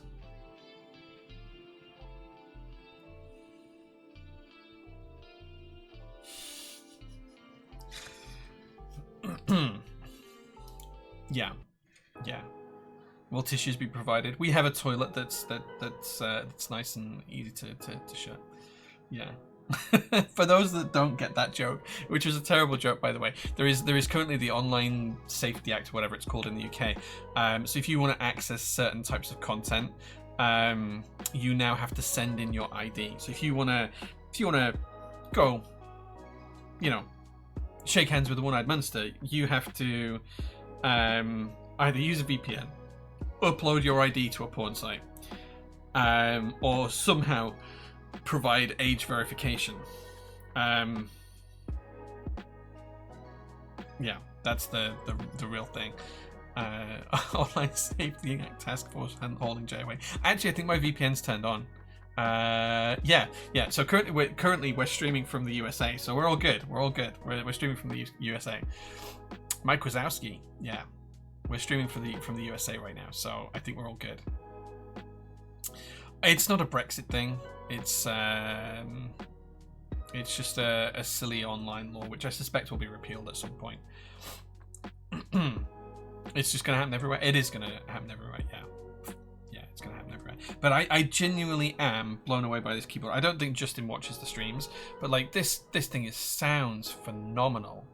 It sounds so good, and it feels good. It looks good. Coming soon to a European Union near you. Yeah, you guys have got your version of the Online Safety Act thing happening January, I think it is, something like that. Like that's when you guys get to vote on it in the EU. I think it's January. It comes up for vote. I'm sure I read something about it. But yeah, it's going to happen everywhere. But this thing is pure filth. It's yeah. Oz is December. Yeah, it doesn't surprise me. Censorship disguised as protecting the children. That's exactly what it is. Aesthetics. Right? Yeah. It is population control in some aspects and censorship in others to elicit a response in certain things. Yeah. The EU and UK are wanting to end with VPNs. I mean, pretty soon, like, everyone's going to have a VPN that says they're from North Korea or somewhere that doesn't have all this crap, right? That's a problem. Danish EU management is pushing for an early vote. That's, I think, what I've seen. Yeah, I'm sure it was going to be January. Maybe I've just misread something or something. I don't know. But yeah, I think you guys in the EU got it coming soon. They're already talking about it in Congress in the US. Yeah. Yeah, it's interesting stuff. Right, okay, it's 11 p.m, which means that the light's going to turn out in a second, which means it is time for me to end stream. I know we didn't do marbles today, and I know we didn't do a Geek Hack review. So what we're going to do is we're going to do both of those next week, and we'll do 2 lots of marbles for giveaways next week. We'll do one right at the start of the stream, and one right at the end of the stream. So next week we'll give away 2 prizes for marbles, because I am going to have to go home now. It's like really late. So yeah, watch out for that. Do come and join us on the Discord. Come and watch the Instagram stories, because there's going to be a lot of stuff happening this week. There's going to be a lot of stuff dropping in stock. There's going to be a lot of updates going on to the Notion pages, so take a look at those as well. Go change your pants before you see your wife. Yeah. I have some spare ones here at the workshop. I always have spare pants here at the workshop. I'm going to go and take this to bed with me, because I think it deserves it. I hope to see you guys on stream again soon. And come join the Discord, subscribe, Ko-fi, do all that kind of stuff. Go buy some coffee if you want some coffee. If you're international, you want to try our coffee, just drop me an email. I'll sort you out. I'll send you an invoice with custom shipping. It'll take an extra day because we'll have to get it from one workshop and bring it here. But yeah, thank you so much for watching today. I hope you've enjoyed the stream. I hope it was good fun, because it was great fun for me, and I love streaming, and I'd like to do it more. So yeah, maybe we'll do that. But take care. Thank you so much for watching, guys. Have a really, really good rest of your weekend, and I hope you have a great week as well. See you guys soon.